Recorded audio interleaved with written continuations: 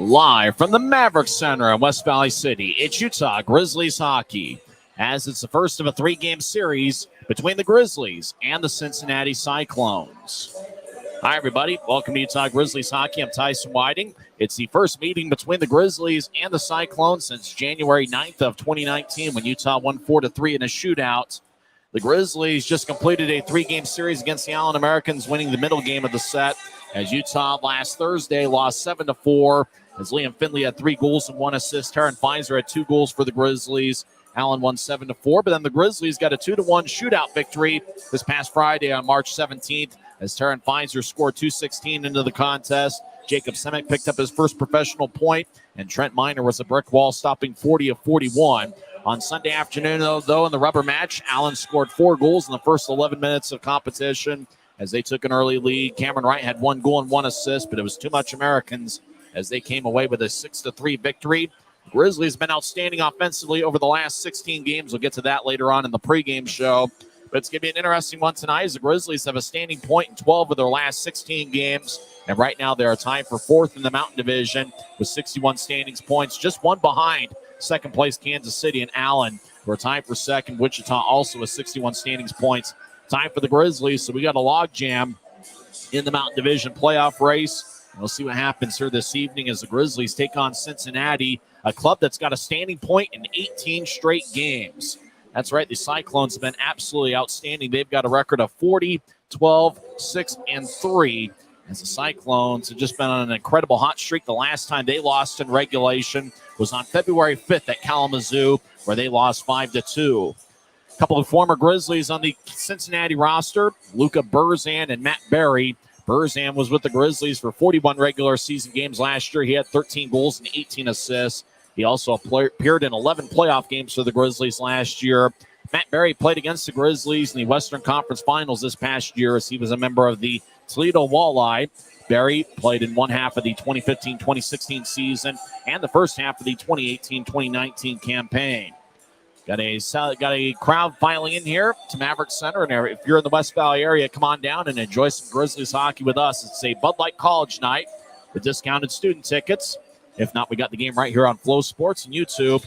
Your homes for Grizzlies hockey all season long. YouTube's got the audio broadcast and Flow Sports with the video feed. When we come back to the Grizzlies pregame report, we'll talk with Guy Chiarenza and get his thoughts on things as we're in business on a Wednesday night. You're listening to the Grizzlies pregame report presented by Rio Tinto Kennecott.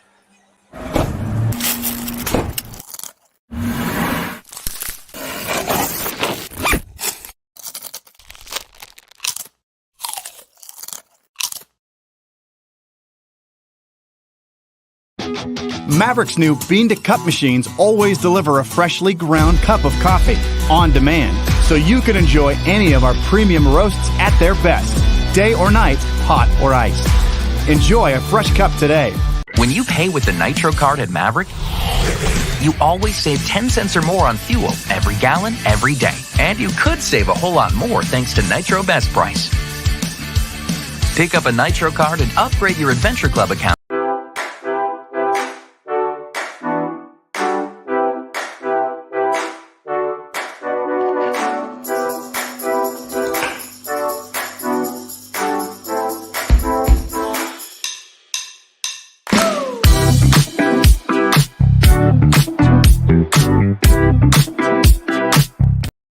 Welcome back to Utah Grizzlies hockey. I'm Tyson Whiting here with Guy Chiarenza as Grizzlies take on the Cincinnati Cyclones for the first time in 4 years.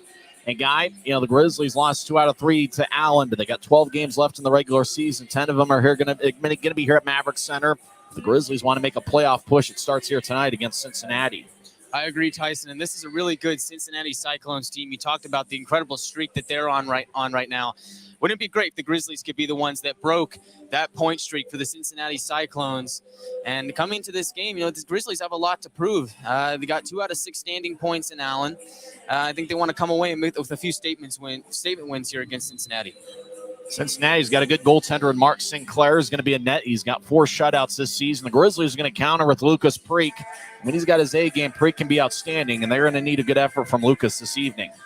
Yeah, Tyson, I think they are. And this is a Cincinnati team that can score kind of like the Idaho Steelheads. They're just a threat. Every guy on the ice seems to be performing well. So the Grizzlies need to be sharp, and the defense needs to help out Lucas Parikh and limit those scoring chances out in front. Grizzlies did lose Cam Strong probably for the rest of the year with a lower body injury that came earlier in the Allen series. And on Sunday, Dakota Raby got an upper body injury, and Raby might be out for the year. It hasn't been ruled out yet. He might play this season, but it's his second upper body injury in 2 months. And Zach Sekos, he'll be in the lineup tonight. Sekos just got hit with a puck up high, and he'll be wearing one of those college those college cages, but he'll be in the lineup tonight. Grizzlies get Johnny Walker and Jordan Martell, the Rooster, back, and I think if the Grizzlies going to have a good series here, Johnny Walker is going to have to make an impact at some point. I agree, Tyson. He brings a lot of physicality, a lot of grit to his game, but he's also a lethal weapon on the power play as well, which has been struggling as of late. So it sucks to lose Strong, and it sucks to lose Raby. Those are guys that we'd really like to see in your lineup, guys that were playing excellent at the time that they went down. But in comes Johnny Walker, and in comes the Rooster, Jordan Martell, two guys that are good in their own right, and they're going to have a lot to prove. And you're right, there's going to be a lot of if the Grizzlies have success this weekend. Speaking of Wright, Cameron Wright's been outstanding for the Grizzlies. It's just a consistent thing. 1 goal and 1 assist on Sunday. He's got a point in 10 of his last 12 games, and it feels like as the Grizzlies have improved over the last 16 games, Cameron Wright's been one of those guys that really has improved with it. Yeah, I agree, Tyson. Really, throughout the course of the season, he's really just improved game by game. He's starting to look more like a veteran out there on the ice, not so much a rookie. I mean, you watch him play now, and you think he's been in this league for years. I mean, he just plays with such poise, and he's really such a competitor. He just wills goals into existence. He's really been one of the Grizzlies' most solid players all year long. Grizzlies are 20-5 this season when scoring first. It feels like Utah is going to need to get off to a quick start here tonight. And recently they've done that, Tyson. And when they have, they've seemingly won those games. So for the Grizzlies, it's just go out, establish your forecheck early, and try and get that first goal. It's easier to play with the lead, especially against a team like Cincinnati, than it is coming from behind. Who's your pick for the Optum first goal of the game? Optum is committed to putting healthcare first. And with Optum, they're committed to making healthcare work better, leading the way to better experiences, better health, and lower costs for you. My pick for the Optum first goal of the game is going to be Johnny Walker on a redirection out in front. Who's your pick for the Optum first goal? Well, Tyson, Taryn Fizer's got 5 goals in his last 5 games. It seems like he's a lock to score almost every single game as of late. So I'm going to go with Taryn Fizer to score the first goal in this one. So we're going with Fizer. Kyle Pouncey is not in the Grizzlies lineup. Let's get to the scratches. As Kyle Pouncey is out of the Grizzlies lineup, Cam Strong and Dakota Raby probably are out for the season. Kyle Pouncey's out. Corey Thomas, and the third goaltender is Garrett Metcalf. Cincinnati, it's interesting. They had 15 skaters for a home game on Sunday.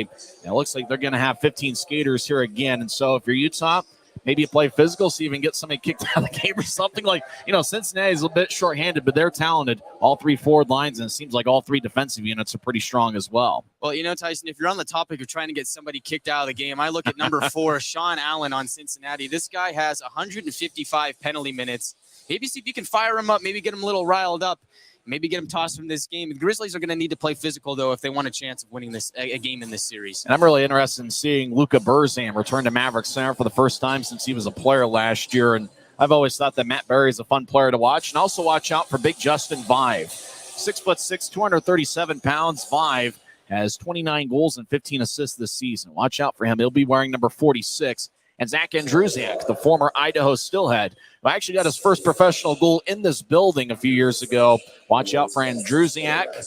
And, those guys are good players. Defensively, Jalen Smerrick is pretty good. And Louis Camparuso, who's got 21 goals this season. Watch out for all those guys. Cincinnati's got a high-powered attack. Hey, it's funny. You mentioned those former Grizzlies. The last time the Grizzlies faced a team with a few former Grizzlies on it, the Jacksonville Icemen, it seemed like every single time Jacksonville scored a goal, a former Grizzly factored in on it. So hopefully that's not the case here tonight. But the Grizzlies are going to have to do a good job of shutting down Cincinnati's top weapons, and that starts with Barry, that starts with Andrusiak, and that starts with Caparuso and Vive.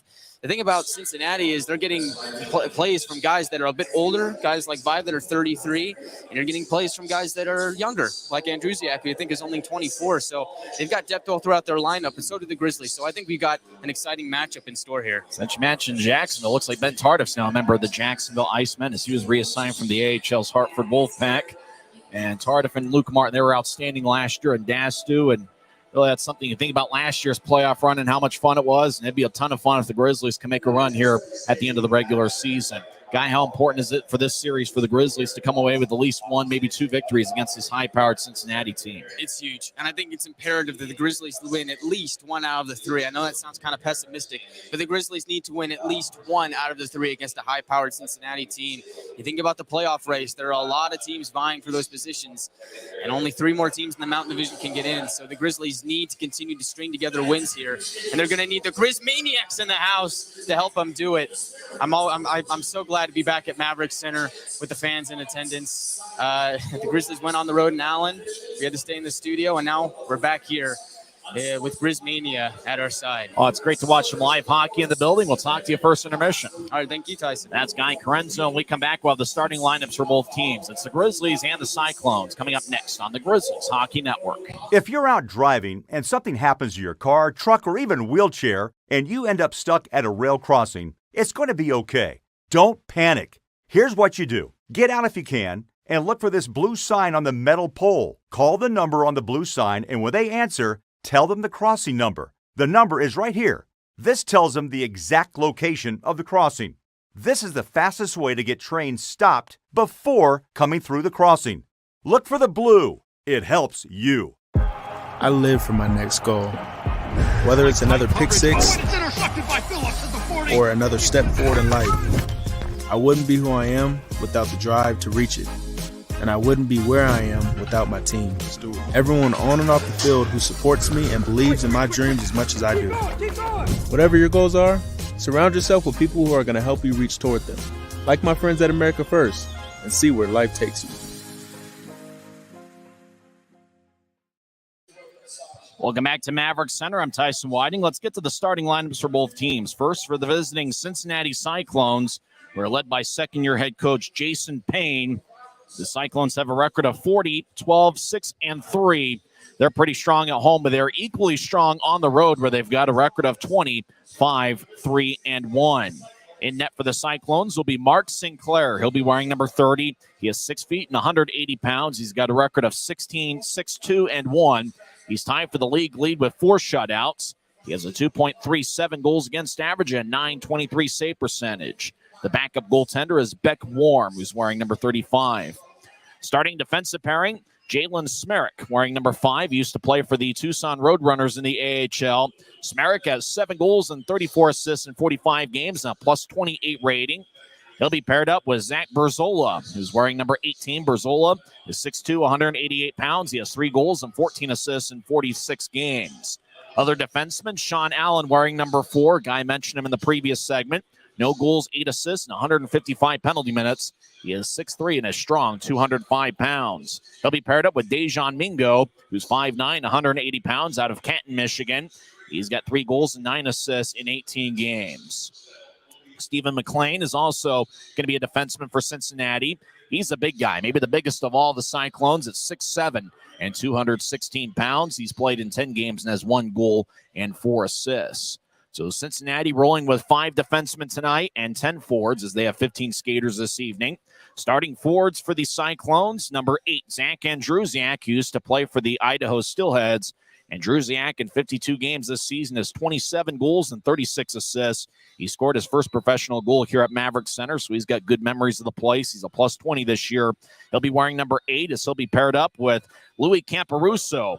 Camparuso, who's making his 59th appearance this season, he has 21 goals and 42 assists. He'll have an A on his sweater. He's a plus 17. And Justin Vive is the Cincinnati captain. He is 6'6" and 237 pounds. He has 29 goals and 15 assists in 61 games. The other forwards for the Cyclones, Josh Passo, number 19, has 21 goals and 18 assists in 59 games. Lee Lapide is wearing number 28. He's got 9 goals and 20 assists in 48 games.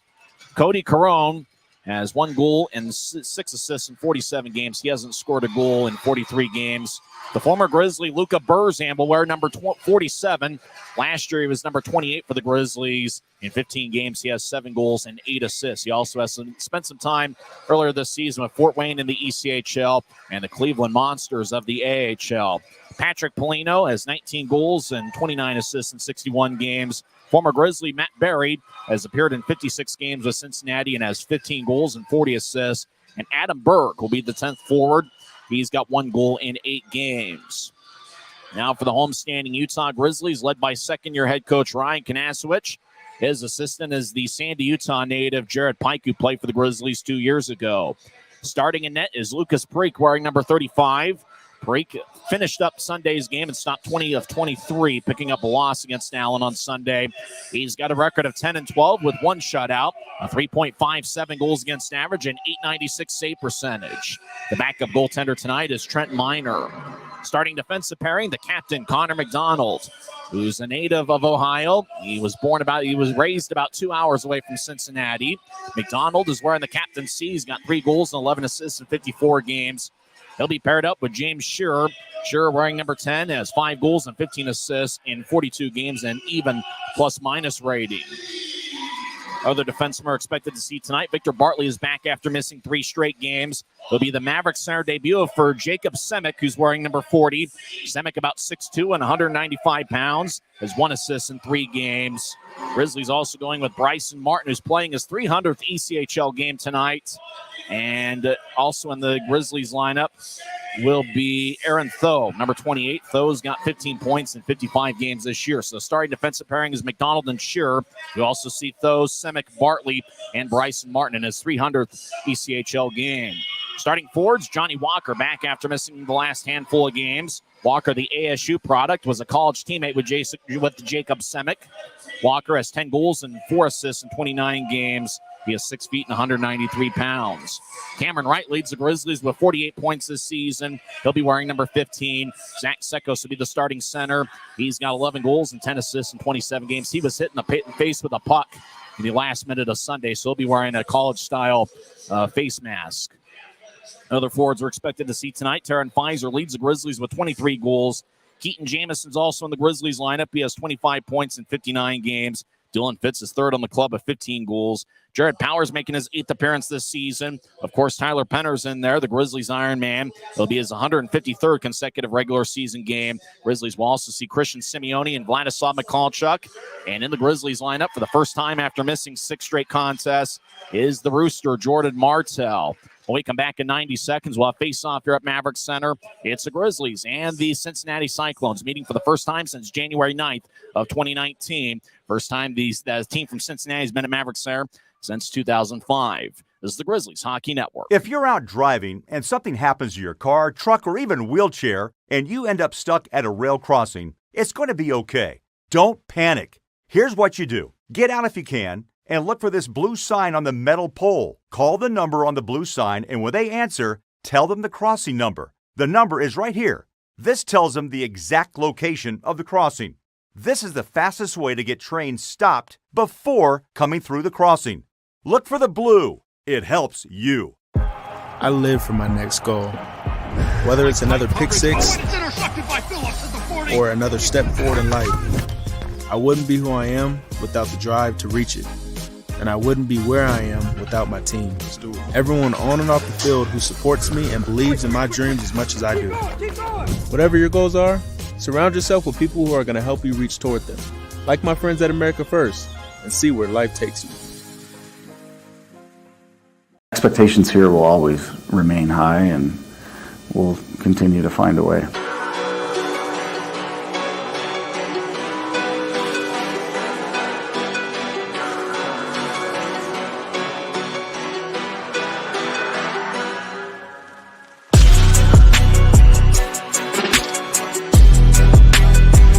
Guys put together a lot of good games, you know.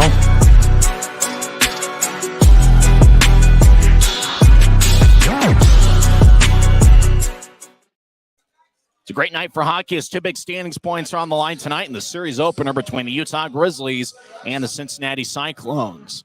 I'm Tyson White. This is the first time that a team from Cincinnati has been here at Maverik Center since April of 2005 when the Cincinnati Mighty Ducks took on the Utah Grizzlies in AHL action. The last time the Cyclones were here was March of 2001, back when both teams were a member of the old IHL. Puck drop at center ice. Justin Vive, the Cincinnati captain, and Connor McDonald. Interesting, Justin Vive is the only member of either team that played for Cincinnati in 2019. There isn't a single Grizzly player that played against Cincinnati back in 2019. Ryan Kanasowicz was an assistant to Tim Branham at the time, but Justin Vive was a member of Cincinnati on January 9th, 2019, and he actually scored a goal in a game the Grizzlies eventually won in a shootout by a score of 4-3. Jack Walker got the shootout game winner. Joe Canada got the victory in net, stopping 29 of 32. This evening, it's Lucas Preek, the former third-round pick of the LA Kings back in 2019. He'll be between the pipes of the Grizzlies, wearing number 35. Starting defensive pairing is Connor McDonald and James Shearer. The forwards are Cameron Wright, Zach Sekos, and Johnny Walker. In net for the Cincinnati Cyclones, Mark Sinclair has got 4 shutouts in 27 games this season. He's got a record of 16-6-2-1 and a .923 save percentage. Referee tonight is Marc-Olivier Phaneuf. The linesmen are Tyler Keston and James McKenna. Grizzlies in the white jerseys with black numbers and professional green trim. As Cincinnati wins the draw, they're in a black jersey with red numbers, red on the shoulders, white lettering. As Zach Andrusiak loses at center ice, and Andrusiak played here as a member of the Idaho Steelheads. As Cincinnati gains the line, and Andrusiak skates towards his left to take a lefty shot, saved by Preek. As Cincinnati gets the first shot of the game, and it's Andrusiak from the slot. As he gets around Connor McDonald, now up top for Jalen Smerrick. He'll take a left point shot, saved by Preek. And he holds on as Cincinnati already with 2 shots in the first 28 seconds of the game. So a shot every 14 seconds for Cincinnati.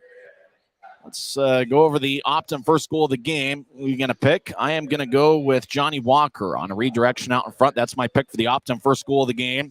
As Walker back after missing the last handful of contests. He's on the ice right now with Zach Sekos and Cameron Wright. There's nobody left the ice for either side. 28 seconds in. Draw in the far circle is won by Cincinnati. Smerrick will throw it to the left side, and Andrusiak throws it down the middle, swing and a miss. Now, right point, shot by Zach Berzola. Preek makes a pad save as Berzola gets the puck in his own zone. As he'll feed it ahead, it goes back to Louis Caparoso.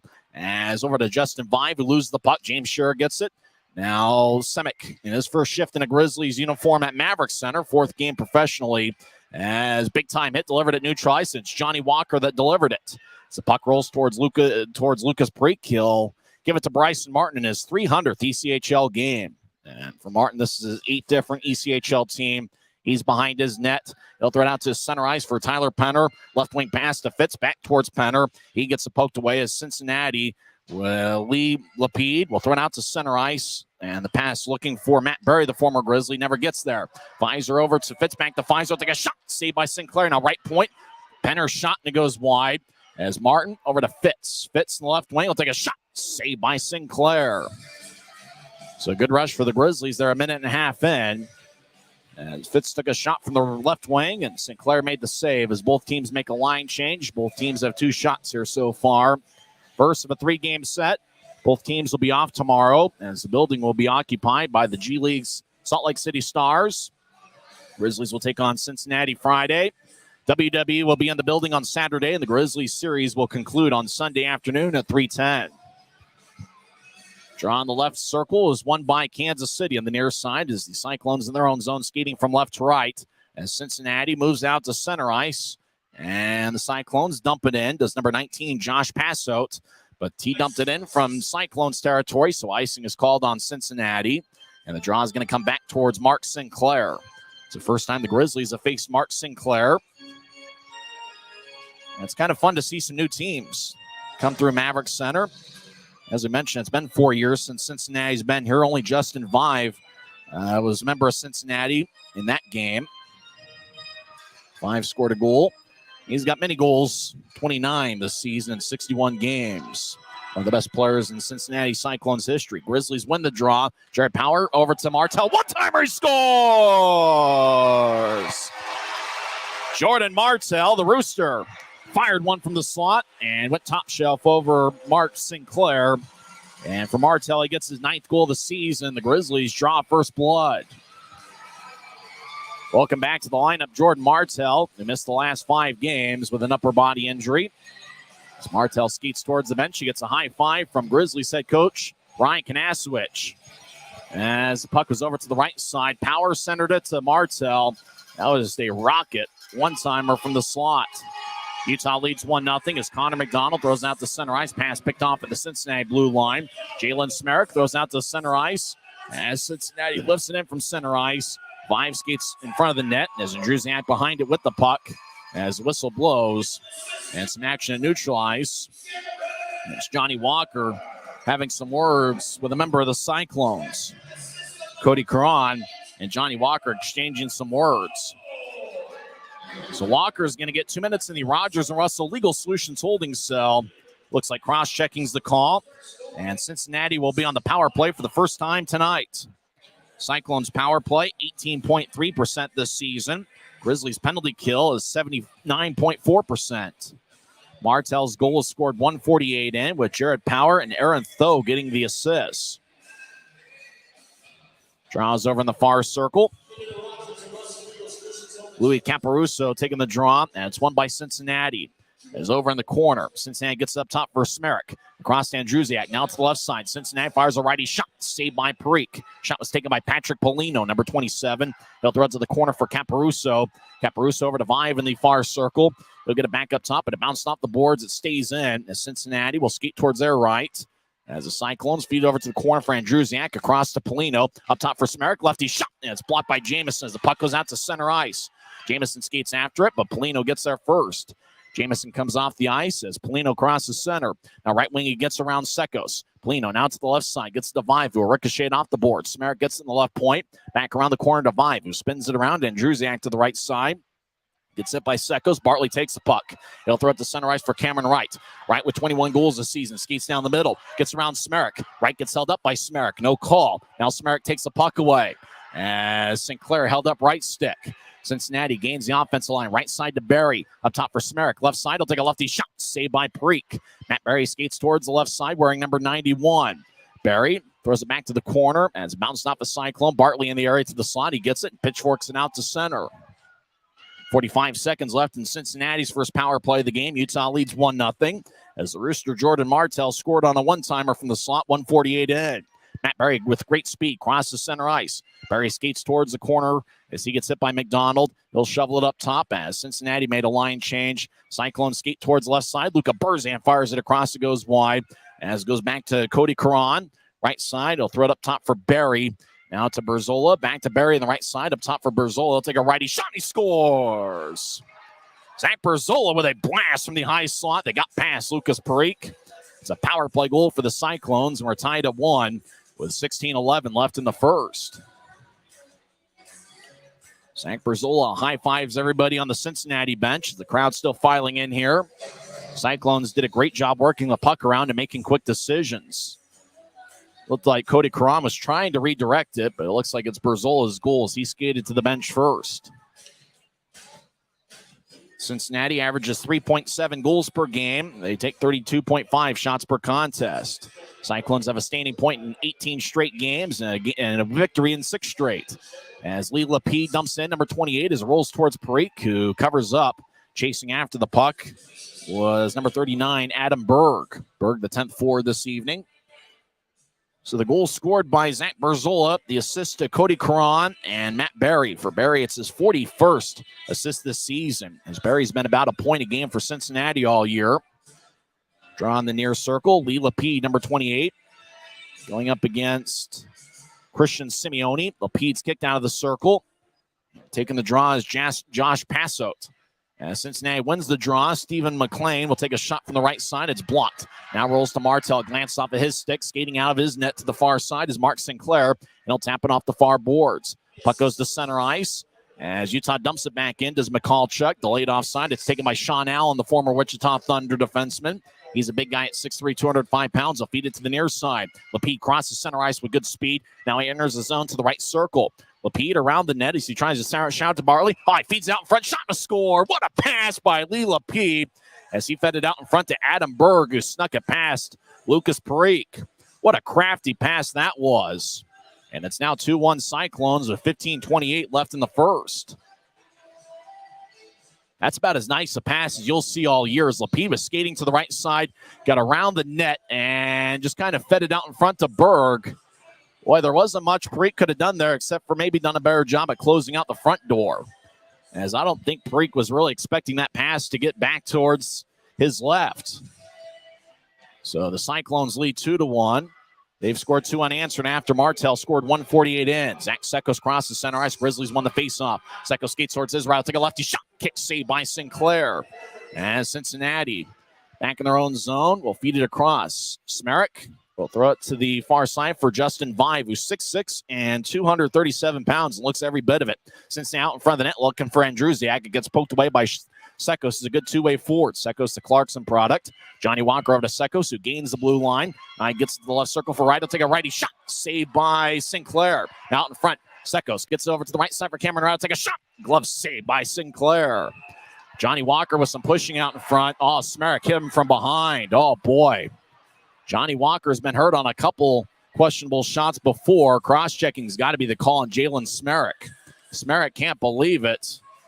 Johnny Walker looks like he's shaken up. Well, it's one of those with Walker. He's had a few injuries here this season. Wright took the shot from the left side. As they show a replay, I was kicked out in front as Semick was looking for his first as a pro. Sekos across to Wright, and then Walker skated in front of Sinclair, and Maverik took offense. Walker and Maverik are both going to the Rogers and Russell Legal Solutions holding cell. It's the second time that Johnny Walker has been in there. I think Walker gets roughing and Maverik gets cross-checking. 14:49 left in the first. We're going to skate 5-on-5. Traw's going to be in the Cincinnati zone. Already a lot of action here as Jordan Martell scored 148 in. Cincinnati tied it up as Zach Berzola got his 4th of the year, 3:49 in, and then less than a minute later, 4:36 in. It was Adam Berg getting his 2nd of the year with Lee Lapede and Sean Allen getting the assists. As Cincinnati wins the draw, as we're skating 4-on-4 for 2 minutes. I thought that the referee held up 5 fingers, but it's 4. As puck rolls out in front, and Sinclair covers up as Jordan Martell was looking for a redirection or some sort of rebound. 5:11 is the time of the penalties. Walker for the Grizzlies, 2 for roughing and 2 for cross-checking for Jalen Maverik. 14:38 left in the first period. Boy, we've seen so much action here so far, and the chairs aren't even warm yet. Taryn Pfizer will take the draw for the Grizzlies over in the far circle against Patrick Polino. Polino has 19 goals and 29 assists in 61 games. He's not very big at 5'9", 172 pounds, but he packs a wall up. Grizzlies win the draw. McDonald to the right point, takes a righty shot. Saved by Sinclair. Bounced off his glove. Rolls towards the far side as Cincinnati moves ahead to Polino. It glanced off his skate. McDonald throws to Shearer, who outlets the center ice for Pfizer. Pfizer gets around the center ice logo. Now he skates down the middle. Pfizer to the left circle. I try to kick it out to Martell to the right side. Martell is skating the other way. Now Martell gets the puck over to McDonald. Across to Pfizer. It bounced off his skate and rolls towards the Cyclone. Cincinnati back in their own zone. Berzola, one of the goal scorers, skates around Cincinnati's net in the black jersey with a bit of red mixed in. As Berzola, now at the Cincinnati blue line, gets to neutralize. Right wing pass to Polino. Polino skates across the line, stops at the right point. He'll shovel it out to the right circle. Cincinnati gets it back up top. It glanced off of Cameron Wright's stick and goes out to center ice. As Wright, on his keister, throws at the end from neutral ice. Sekos chases after it. He gets spun around, but Sekos keeps the puck. Tries to get it across to Wright, but he gets cut off by Polino. Wright tried to throw it to Bryson Martin, but he was skating the other way. Now at center ice, Polino gets knocked off balance by Cameron Wright, and it's taken by Jacob Semick in his Maverik Center debut. Semick skates down the middle with good speed. He crosses the center ice logo. He'll feed it off the near wing board. Semick gets his own pass as Penner was looking for it as well. Bryson Martin back in his own end. 30 seconds left in the 4-on-4. Martin, the former third-round pick of the Buffalo Sabres, as Dylan Fitz gets around Matt Barry. Fitz gets the puck. He'll skate down the middle. High slot shot. Saved by Sinclair. Puck goes back over Matt Barry. Around the net. As getting hit is Dejan Mingo, number 25, as Cincinnati only rolling with 15 skaters tonight, 10 forwards and 5D. Matt Barry crosses center ice, and he'll throw it to his right, picked off by Fitz. Across to Bartley. Bartley wearing number 42, back in his own zone.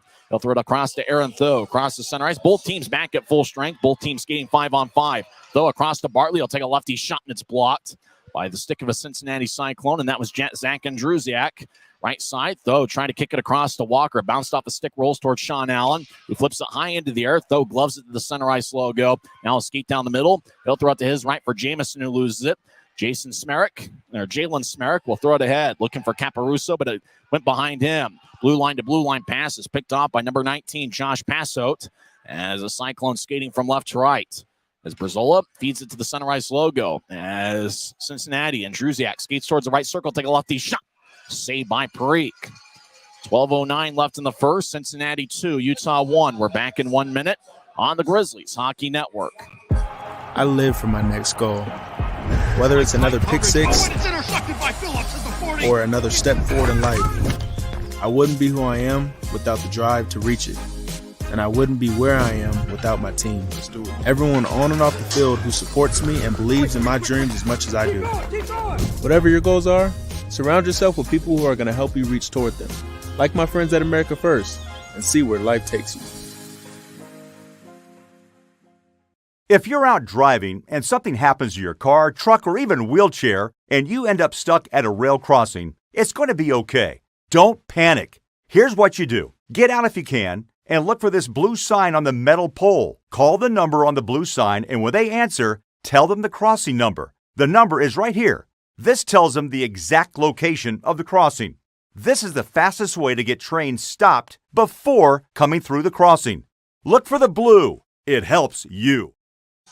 It's Cincinnati 2, Utah 1. It's the first of a 3-game series. I'm Tyson Whiting. These teams will meet on Friday night for Military Night, presented by Mountain Land Supply Company.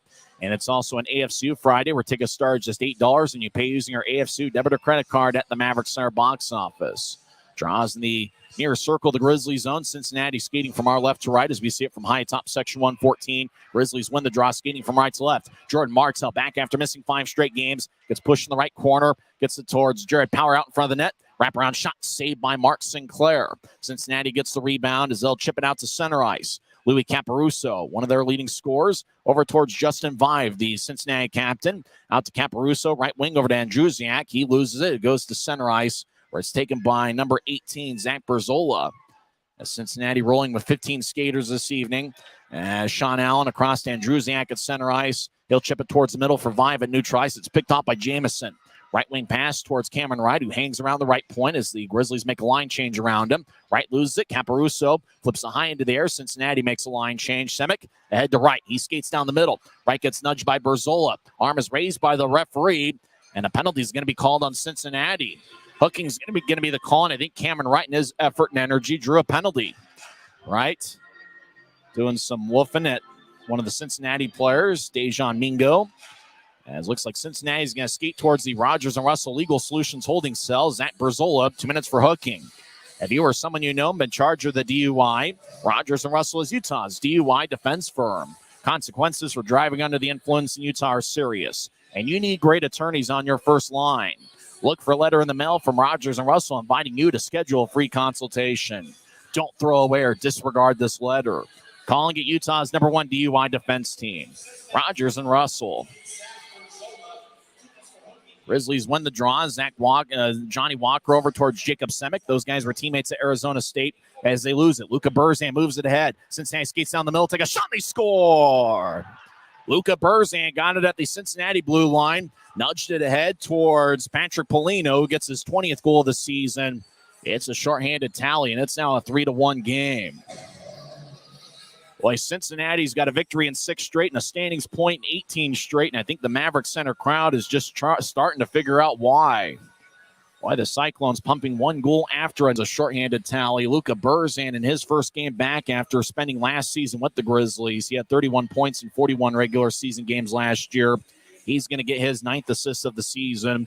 Burzan also spent some time earlier this year with Fort Wayne in this league and Cleveland in the AHL. Grizzlies still on the power play. Utah has the puck as Martell gets hit along the near wing boards. Keaton Jamison to the left point. Tries to nudge it ahead to Martell. Is battling with Dejan Mingo. Mingo not a very big guy, but he's got some toughness as Cincinnati clears it out. Lucas Preek plays it behind his net. 10:45 and counting left in the first period. Cyclones lead 3-1. Right now they listed the Polino goal as unassisted. Burzan should get an assist on that. As Martell gains the line, skates towards the right side, centers to Jamison. Jamison skates down the middle, backhand shot saved by Sinclair. Puck towards the near corners. Jamison over to Bryson Martin. Will skate towards the corner. Martin gets it chipped away. Cincinnati tries to clear it out. It bounced off the skate of Fitz. Now right wing for Shearer. He'll ricochet off the far boards to Jamison. Jamison back to Shearer. But it goes past him and exits the zone. 55 seconds left in the Cincinnati penalty, as they've already got a shorthanded goal. Cincinnati leads 3-1. As we're about halfway through the first period, Cameron Wright behind his net as the Grizzlies make a line change. Wright, Sekos, Pfizer, Jacob Semick, and Johnny Walker, the five-man unit. As the puck goes towards the near side, Sekos wasn't looking for it. Luka Burzan, wearing number 47, skates towards the Cincinnati blue line and now dumps it in. Burzan had some facial hair when he was a member of the Grizzlies. He's clean-shaven now. Jacob Semick gets to neutralize, throws it back to Sekos wearing the college-style mask. Sekos gains center ice, gets around Jacob Smerrick, who dumps it back to center ice. Good defensive play by Jalen Smerrick. As Grizzlies at center ice, as Sekos gains the line, skates towards the left corner. As Sekos gets around Lapide. He's now in the far corner as there's 3 seconds left in the power play. Walker delivers a hit. And Berzola is out of the penalty box. Cincinnati leads 3-1. Berzola will skate towards the benches, and Druziak to the right side. Skates towards his left, drops it off. Sekos picks it off as he was near Louis Caparuso.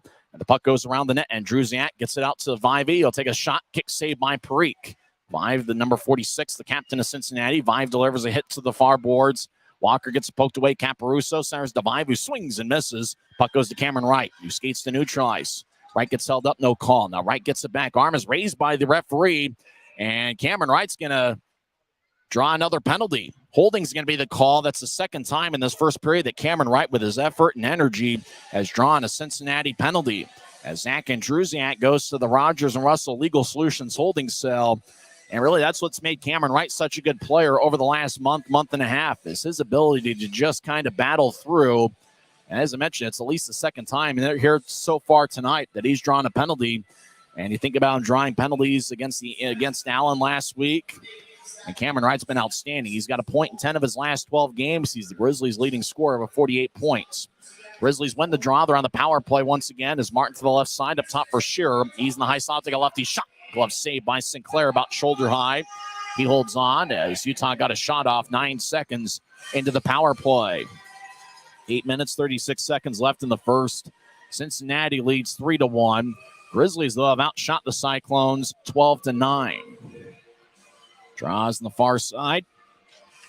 This crowd still filing in as Utah wins the draw. Martin over to Shearer on the right side. Across to Martel. One-timer, and it goes wide. The puck glides along the far wing boards. Bryson Martin chases after it. Cincinnati will make a line change. Martin gets the puck at the Utah goal line.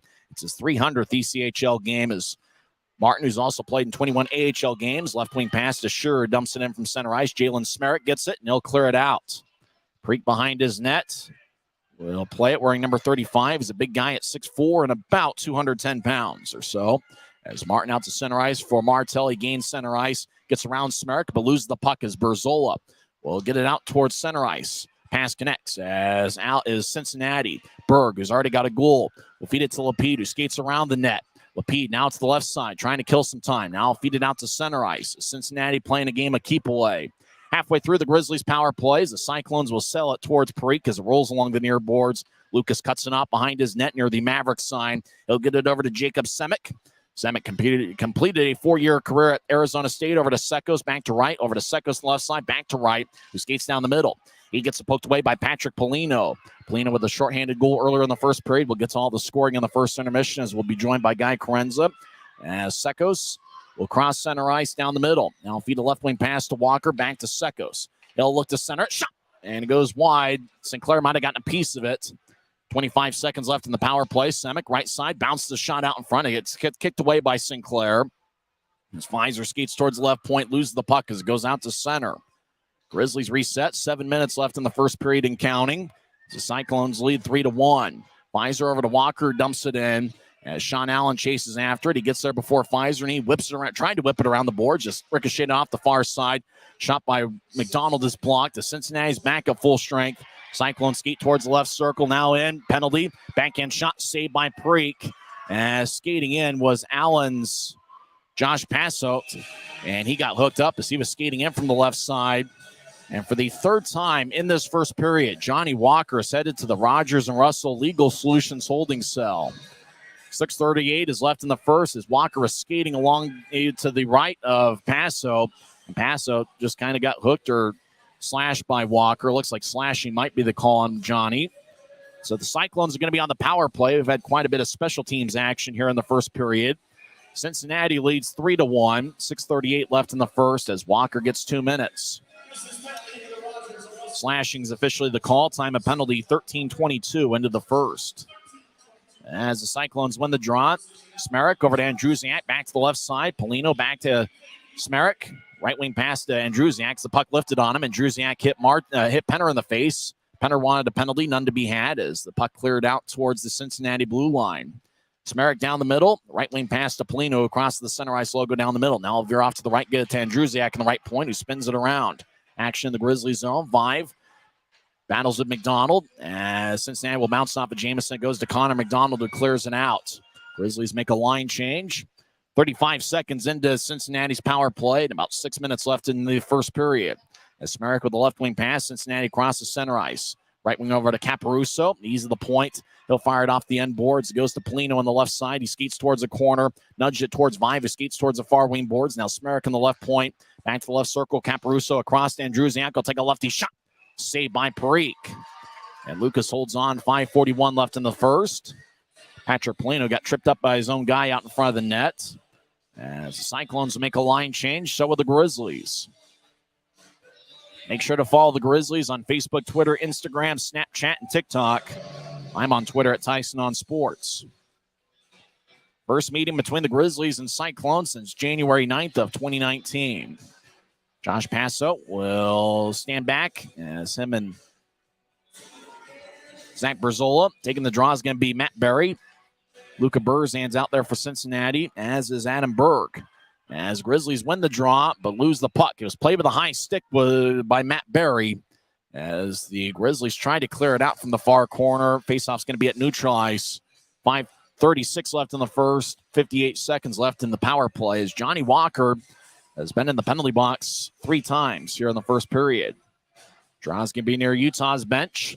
Ryan Kanaswich, Grizzlies head coach, looking on, as is assistant coach Jared Pike.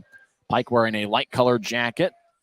Kanaswich looks like he's got some sort of navy blue or black jacket. Grizzlies win the draw. Connor McDonald will tap it off the near glass. It goes into the Cyclone zone. Cincinnati skates from left to right in the first period. Grizzlies from right to left. This goes to McDonald at neutral ice. Right wing pass to Sekos. He'll skate on side. He looked to center to right, but it bounced off his stick and rolls towards the end boards as Matt Berry will drop it off for Zach Berzola. Berzola already with a goal tonight. 4 on the season. Skates down the middle, crosses center ice, now drops it off. Now Burzan crosses center ice, and he'll skate towards the left corner. He stops along the far boards. He'll get it up top. As now Cincinnati skates towards the left circle, trying to get it back to Burzan. He got checked up by Sekos. The puck goes back to center ice. Matt Berry gets it at the Cincinnati blue line. 15 seconds left in Cincinnati's power play. Berzola skates toward along the near boards. Berzola now around the net. Wraparound shot saved by Parikh. Now Adam Berg towards the end boards. Loses it. Penner chips it to Bartley on the near side. As out of the penalty box is Johnny Walker. Sure, feeds a pass to Walker. Fresh out of the box. Walker tried to center it. He gets blasted by Berzola. As he'll lift it in the air. Goes to Burzan, who chases along the right side. Burzan in the circle. Good defensive play by Aaron Tho. Burzan feeds it back to the corner, but didn't get very far. Tyler Penner pitches out to center ice. Jordan Martell's been impressive in the first period. He tried to dump it in, didn't get very far. As Cody Caron gets it. Caron might be playing a little bit of defense for Cincinnati. He might go back and forth. Caron throws to the far side. Now back to Caron, who looks like he's a defenseman this shift. He'll feed it to the near side. As now Cincinnati will get it across. Pass picked off by Jamison. Now across to Power. Power skates the left circle. Take a lefty shot. Saved by Sinclair. 3:56 left in the first period. Time out on the ice. It's the Cyclones 3 and the Grizzlies 1. We're back in 1 minute on the Grizzlies Hockey Network.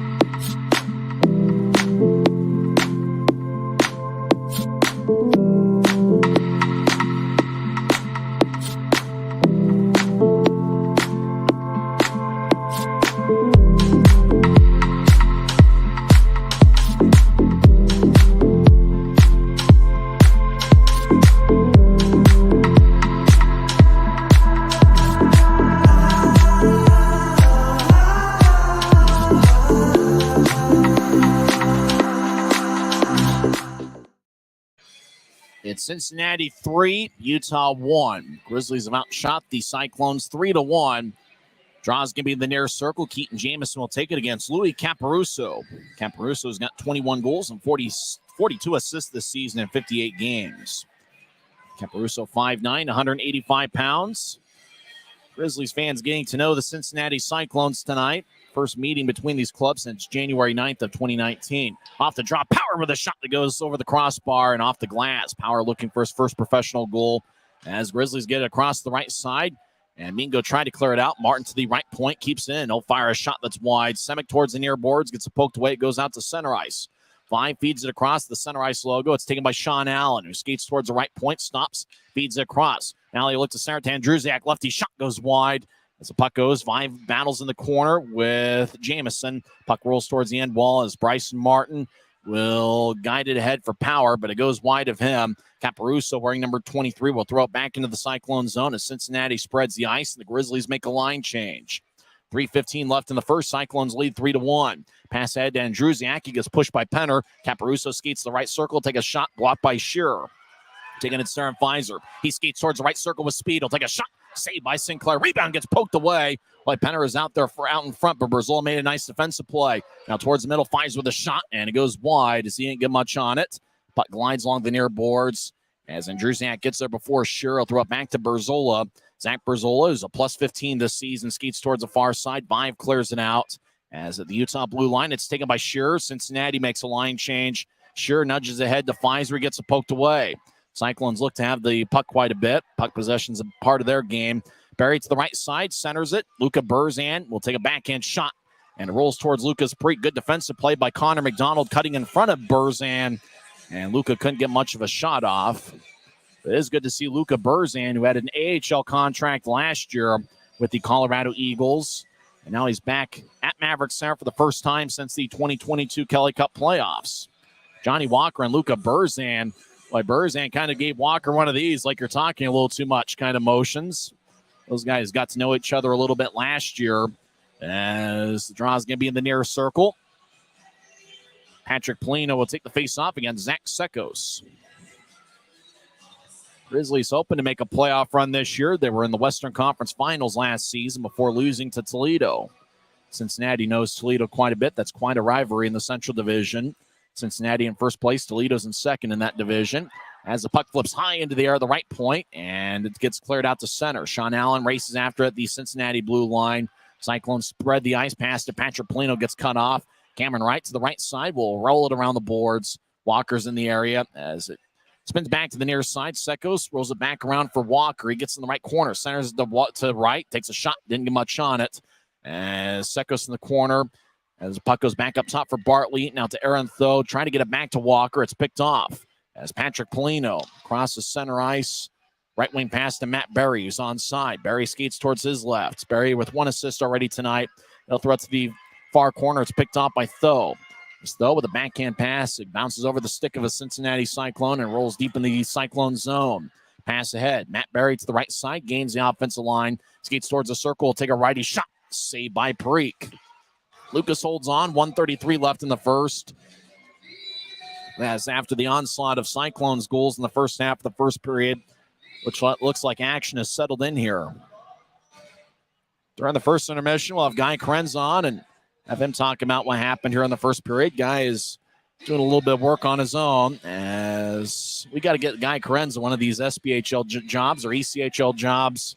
I got a feeling 20 years from now, Guy Krenz is going to be in a better place than me as he's working on his demo tape here as Grizzlies win the face-off and clear it out to center as Cincinnati rolls in. It's the Cyclones back in the offensive zone as Adam Berg avoids a check of Jamison. He'll get it up top as Mingo takes a righty shot that goes wide. Mingo wearing number 25 as puck squirts out in front. It's taken by Utah as Jared Power moves it ahead to Jamison. Now to center ice for Martel. He'll gain the line, skate down the middle, trying to get around Smerrick, and it gets poked away by Sinclair. Now Smerrick gets the puck. Jalen's his first name as rolls it ahead. Lapide will throw a pass that bounced off of Berg, and it goes to Martel. He'll skate towards the left circle, and he loses the puck. Berg gets it back. He'll tap it off the glass, and it goes to center ice. Shearer gets it at the Utah blue line. Less than 1 minute left in the first period. Cyclones lead 3-1. McDonald over to Shearer. Left wing pass past Penner. Over to Fitz, and he'll dump it in from just outside the Cincinnati blue line. There's action in the corner. Fitz tries to feed it out in front and bounced off the Pfizer stick and goes over the crossbar near the end boards. Utah battles as the puck squirts towards the right side. Pfizer backhand shot, and it's blocked before it gets to Sinclair. Cincinnati clears out to the right point. It stays in the offensive zone. McDonald with a righty shot, and it bounced off a Cyclone and flies out of play. 20.4 seconds left in the first. As the draw is going to be in the Cincinnati zone. Seems like the Cyclones do a good job possessing the puck, trying to figure out their style. Well, they seem to control the pace of a hockey game so well. At least that's what I've seen here in the first period. Draw's going to be in the far circle. Taryn Pfizer leads the Grizzlies with 23 goals this season. Let's see if he can break loose. Pfizer has 5 goals in his last 5 games. Remember, he had 2 goals for the Grizzlies on March 16th against Allen. That was 6 days ago. Utah went 4-8 against the Americans this year. Utah really played well against Kansas City. They ended up 7-1 against the Mavericks. It's first of a 6-game homestand. Wichita will be in for a 3-game series next week after Cincinnati is here for 3. As the Cyclones win the face-off, they dump it in off the stick of Vive. As Vive collides with McDonald, glass shakes. As Tyler Penner to the far side across to Fitz, who locates it at neutral ice. Fitz moves ahead to Shearer. He'll skate down the middle. Left wing pass to Pfizer, who hangs out in the point. And time runs out in the first period as Cincinnati leads 3-1. And we'll go over all the scoring when we come back in 2 minutes. As the shots are pretty close to even. 14 shots for the Grizzlies, 13 for Cincinnati. When we come back, we'll have Guy Chiarenza detail the first period, and we'll talk some hockey. It's the first of a 3-game series, and the Cincinnati Cyclones, who have a standing point in 18 straight games, are off to a good start as they scored 3 unanswered after Jordan Martell gave Utah a 1-0 lead, 1:48 in. We'll talk with Guy on the other side as once again the score after 20 minutes of play. It's the Cincinnati Cyclones 3 and the Utah Grizzlies 1. This is the Grizzlies Hockey Network. When you pay with the Nitro card at Maverik, you always save 10 cents or more on fuel every gallon, every day. And you could save a whole lot more thanks to Nitro Best Price. Pick up a Nitro card and upgrade your Adventure Club account today.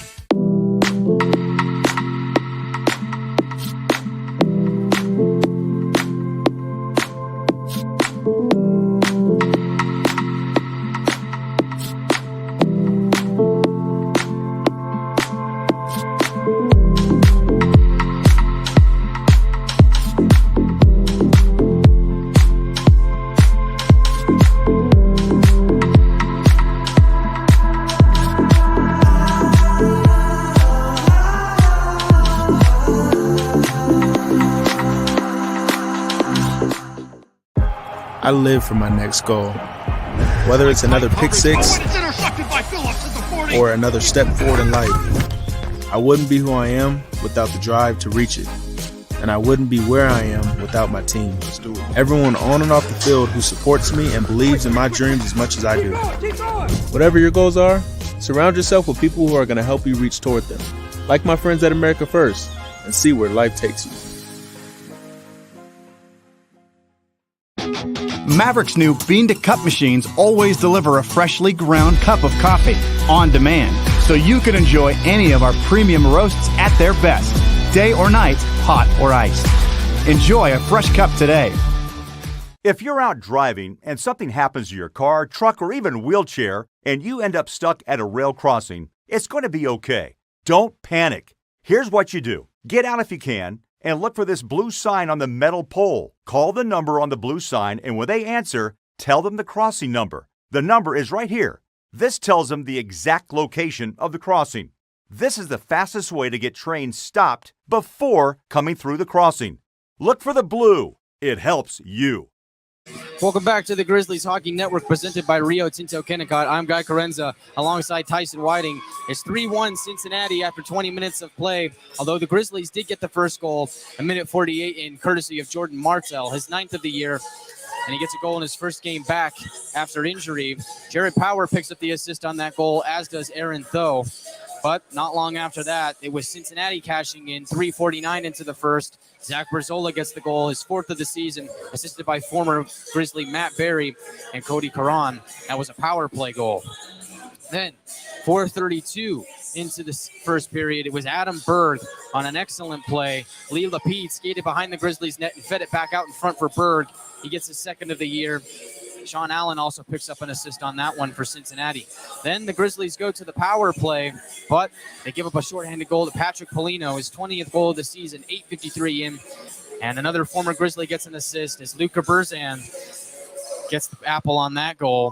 And Johnny Walker has found the penalty box 3 separate times in this game already. And the game is only 20 minutes old. Cincinnati's 1 for 2 on the power play, and Utah is 0 for 2 on the power play.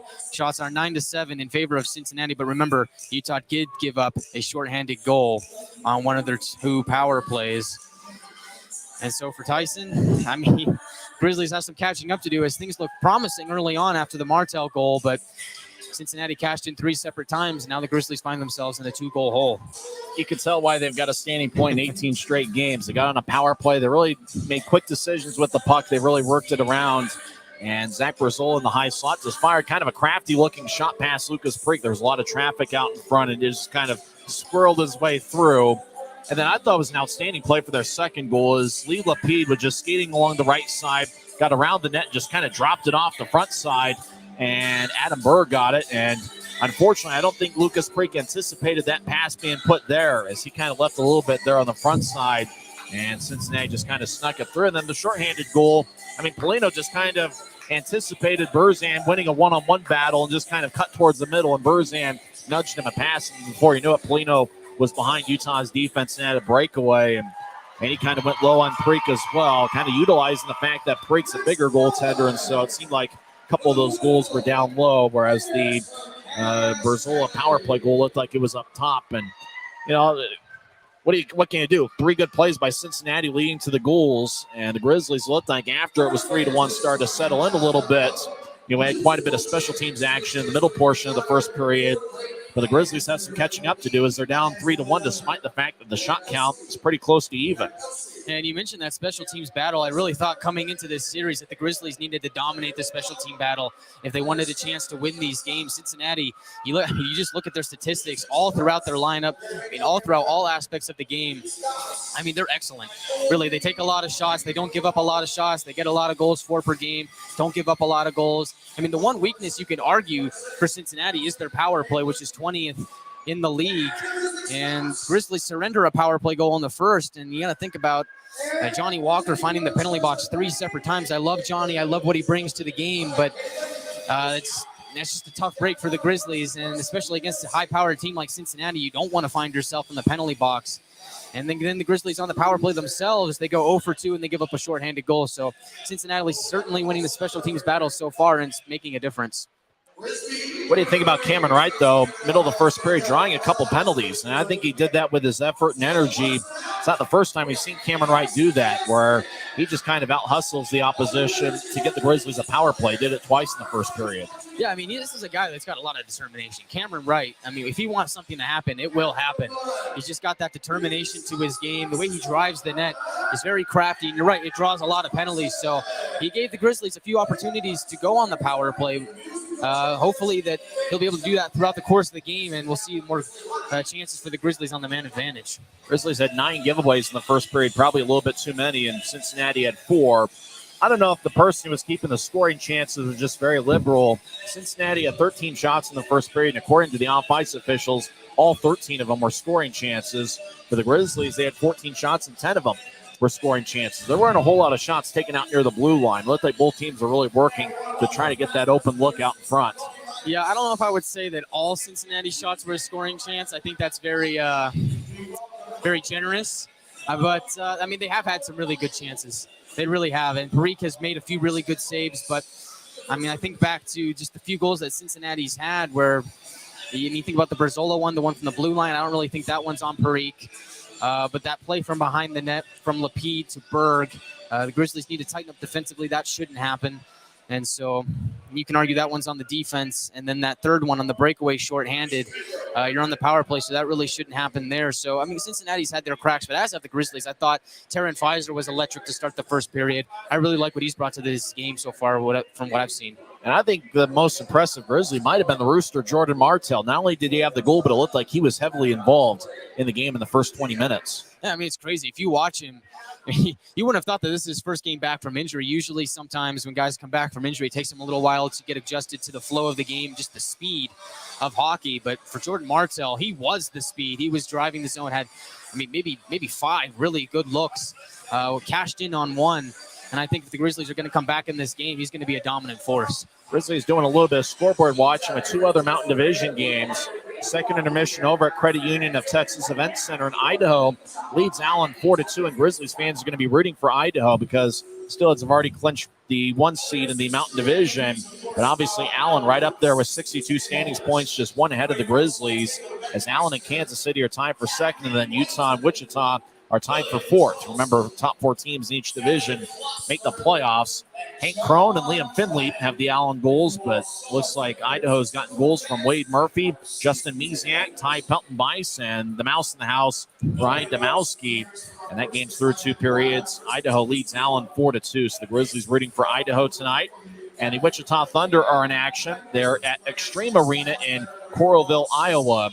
And early 3rd period, Wichita leads Iowa 2-1. That's an important game because the Grizzlies right now are tied with Wichita with 61 standings points. But remember, Wichita's played 1 more game than Utah, so the Grizzlies do have a better point percentage. And remember, the Wichita Thunder are going to be here at Maverik Center for a 3-game series next week. It's a 6-game homestand, as 10 of the final 12 games are going to be here. And, Guy, I think the Grizzlies are going to have to find a way to take care of business here at Maverik Center, and it starts with getting something out of the Cincinnati series against what looks to be a red-hot team. I agree, and they are red-hot for a reason. And who we saw, they've got plenty of playmakers all throughout their lineup, and they're a very crafty team. They move the puck very well, not the way Allen does, but they're just very slowly going to chip away at the defense and just generate chances, and that's what they did in the first period. And they were able to cash in a few times. I don't think this game is out of reach for the Grizzlies at all, though. I like what they were able to do in the offensive zone.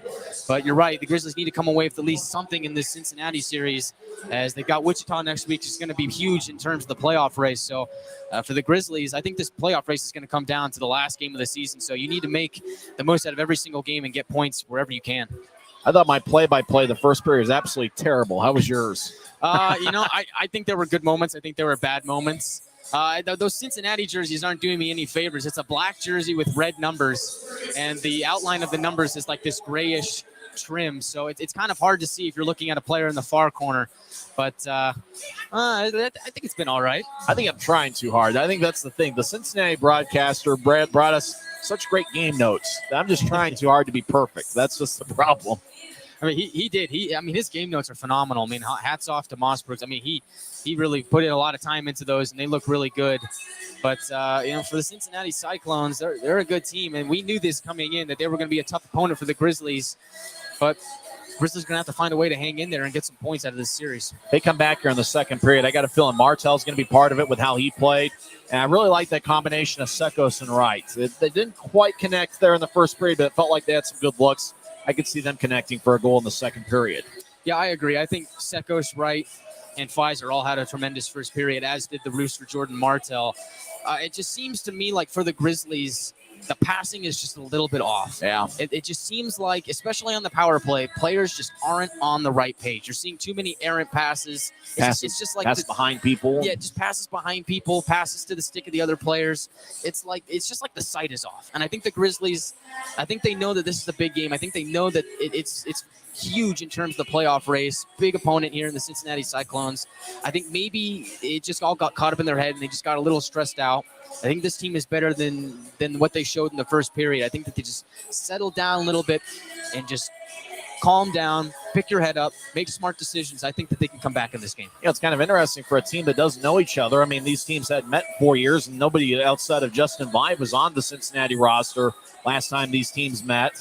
So you would have thought there'd be a filling out process, and that was not the case. Utah scored a goal, and then Cincinnati with 3, all of that coming in the first half of the first period. There was no easing into this game trying to figure out the strengths and weaknesses of each other. It was a street fight from the start of the first period.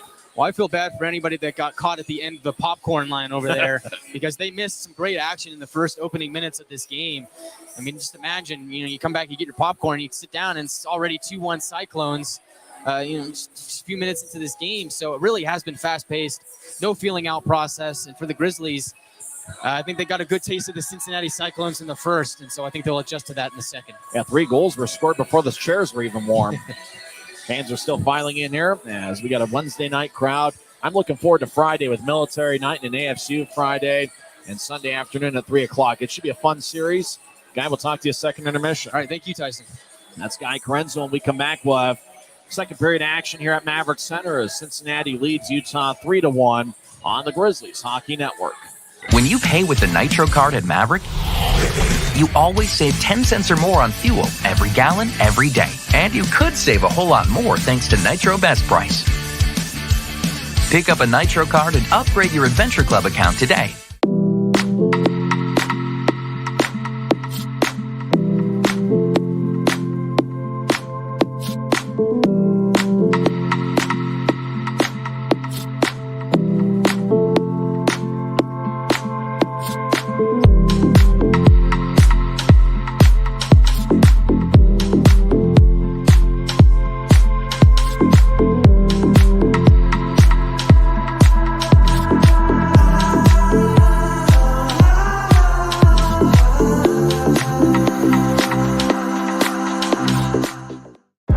I live for my next goal. Whether it's another pick six or another step forward in life, I wouldn't be who I am without the drive to reach it. And I wouldn't be where I am without my team. Everyone on and off the field who supports me and believes in my dreams as much as I do. Whatever your goals are, surround yourself with people who are going to help you reach toward them. Like my friends at America First, and see where life takes you. Maverik's new bean-to-cup machines always deliver a freshly ground cup of coffee on demand, so you can enjoy any of our premium roasts at their best, day or night, hot or iced. Enjoy a fresh cup today. If you're out driving and something happens to your car, truck, or even wheelchair, and you end up stuck at a rail crossing, it's going to be okay. Don't panic. Here's what you do. Get out if you can, and look for this blue sign on the metal pole. Call the number on the blue sign, and when they answer, tell them the crossing number. The number is right here. This tells them the exact location of the crossing. This is the fastest way to get trains stopped before coming through the crossing. Look for the blue. It helps you. Welcome back to the Grizzlies Hockey Network. I'm Tyson Whiting. Second period action will begin shortly. Now, remember, this is the first of 6 straight home games for the Grizzlies. Boy, we're going to have a ton of fun here against the Cincinnati Cyclones, who look to be an outstanding team, as Cincinnati's got the second best point percentage in the league at .730. The Idaho Steelheads have the best record in the league, and Cincinnati right now with the second best record in the league. They've got a standing point in 18 straight games. They've got a victory in 6 straight. And it should be a fun series. Looks like they're an aesthetically pleasing hockey club to watch. And make sure to get your tickets for Friday night. It's an AFCU Friday where tickets start just $8 when you pay using your AFCU debit or credit card at the Maverik Center box office. And it's also military night. The Grizzlies are going to be wearing specialty jerseys that you can bid on the Dash Auction app. Should be a fun night and should be a big crowd and a good atmosphere on Friday night for the middle game of this 3-game set. And then Sunday afternoon at 3 p.m., that should be a lot of fun as the Grizzlies take on the Cyclones. And then the Wichita Thunder will be in town for a 3-game set. Wednesday, March 29th is going to be a Bud Light College night with discounted student tickets. Another AFCU Friday on March 31st. And then April 1st is going to be the homestand finale. Grizzlies have really played well against Wichita in their history, and they're going to need a good series against the Thunder. Certainly a big game and a big series and a big rest of the season in the terms of the standings in the playoff race. As the Mountain Division, obviously Idaho's got everything clinched up. 2 through 6 in the Mountain Division is razor thin. It's very tight. Kansas City and Allen are tied with 62 standings points. Allen right now trails Idaho 4-2 after 2 periods. Grizzlies fans are rooting for the Steelheads. Wichita's in action. They lead Iowa 2-1 early in the 3rd period. Grizzlies are rooting for Iowa as only 4 teams make the playoffs from each division. And we mentioned the Grizzlies can do a lot against Wichita next week at Maverik Center. Rapid City is in 6th place, but they're not that far from a playoff spot as the Rush have 59 standings points, just 2 back of the Grizzlies. And both the Grizzlies and Russia played 60 games. This is the 61st game for the Grizzlies. Now we'll see if they can make a comeback here in the second period. Utah's been outstanding when they lead after one and when they lead after two, but they're trailing 3-1. Grizzlies have made some good comeback attempts, though, over the last few weeks, and they're going to need a good comeback attempt, in particular a strong second period. Speaking of Strong, a couple of injury updates. Cam Strong's probably out for the rest of the season with a lower body injury. Dakota Raby's probably out for the rest of the season with an upper body injury. It's his second upper body injury in the last 2 months. Remember Zach Sekos, he got hurt late in the third period on Sunday. He just took a puck to the face. Sekos in the Grizzlies lineup. He had one shot in the first period. Thanks. Zach Sekos, along with Cameron Wright and Johnny Walker, are going to be the three forwards to start the second period. The defensive pairing to start the second, Connor McDonald, the Grizzlies captain, who grew up about 2 hours from Cincinnati. He's an Ohio native. And James Shearer, who played for the Brandon Wheat Kings. In fact, he was captain of the Wheat Kings. And James Shearer, who played with the University of Calgary over the last 3 years. Taking the draw is Louis Caparuso of Cincinnati. Cyclones win the draw and rolls all the way towards Mark Sinclair. Cincinnati skating from right to left as we see it from high atop section 114.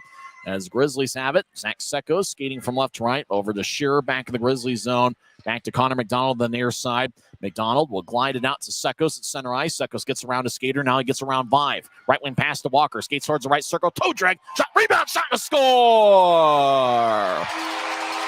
Johnny Walker fired a shot from the right side. Bounced off to Sinclair. And Zach Sekos put it away. Grizzlies score 27 seconds into the second period as Zach Sekos skates to the bench first as he gets his 12th of the season. Johnny Walker is going to get his 5th assist of the campaign.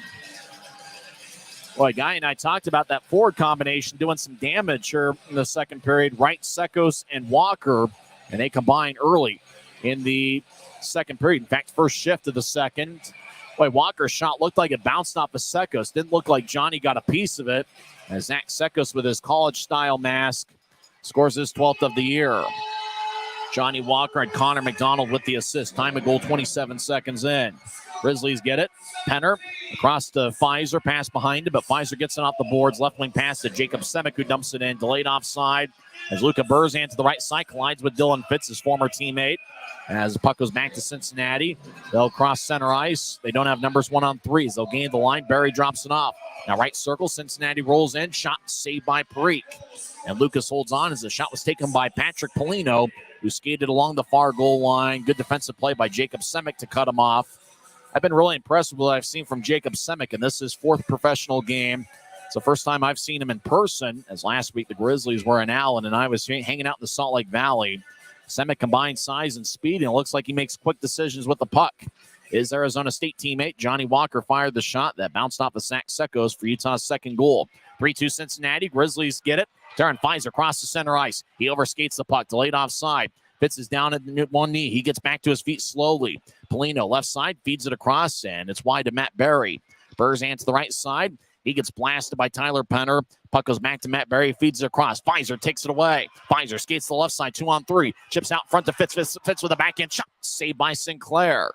Puck goes back to Pfizer. He's behind the net, battling as Pfizer skates towards the far side, out to the left point. Bartley with a lefty shot that's blocked. Fitz over to Jamison. I tries to throw it out in front, but it goes past Victor Bartley and into the Grizzlies zone. Stephen McLean out there on the ice for Cincinnati. Easy to tell him because he's 6'7" and 216 pounds. Grizzlies run out to center ice. Jared Power bouncing off to Zach Berzola. Now Berzola will feed it out to center ice where it's taken by Tho. Tho waits for Martel to tag up. Now he gains the line as Tho left side shot saved by Sinclair. Now towards the left side, and it clears out to center as it goes into the Grizzlies zone. Martel chases after it, so is Bartley. Bartley gets the puck behind Parikh as Parikh communicates with Bartley. Bartley ahead to Martel, was active in the first period. He had a goal, so bouncing off of Cincinnati stick and rolls deep in the Cyclone zone as Martel skates towards the right side. He keeps the puck wearing number 27. He gets pushed in the back. McDonald feeds it across. Nobody was at the left point as Cincinnati moves ahead. Puck bounced off of Berzola's stick and rolls deep into the Grizzlies zone in the corner. Cincinnati makes a line change. As taken away is Josh Passo. He's now on the right side as it pokes away in the corner. Cameron Wright trying to locate it. as he holds up a Cyclone. Now the puck bounced off a pass stick and rolls to neutral ice. Cincinnati resets. Jalen Smerrick, left wing, will feed it across. The puck goes to Zach Andrusiak. Over to Vive, back to Andrusiak in the corner. Caparuso throws up top of the puck, exits the zone. As Dejan Mingo couldn't keep it in. Now Cincinnati re-enters from the right side. Andrusiak over to Caparuso, back to Andrusiak. He tried to feed it out in front, passes behind Vive. As Wright with a right wing pass, picked off by Smerrick. He wears number 5. He'll skate along the left side. He skates to the circle. Smerrick gets poked away by Preek because he got too close to the Utah goaltender. Cincinnati tried to center it. It bounced off of Wright. Stays along the near wing boards. Andrusiak battles with Wright. Sekos over towards Wright as the Grizzlies come out of the pile with the puck. Wright skates around Vive as Wright and Vive collide. Wright held Vive's stick. Vive wanted a penalty, none to be had as it goes out to center ice. Bryson Martin picks it off. Martin sporting a police-style mustache as he battles with Andrusiak. As the puck goes across to Fitz on the far side. Fitz gains the line, skates towards the left circle. Now to the goal line, chips it out in front, but Sinclair cuts it off, and he holds on. 16:15 left in the second. Cyclones lead 3-2. Shots are pretty close to even. In fact, it looks like Utah's taken the first 2 shots of this second period. Cincinnati has yet to officially take one on Lucas Parikh. And Zach Sekos scored 27 seconds in with Walker and McDonald getting the assists.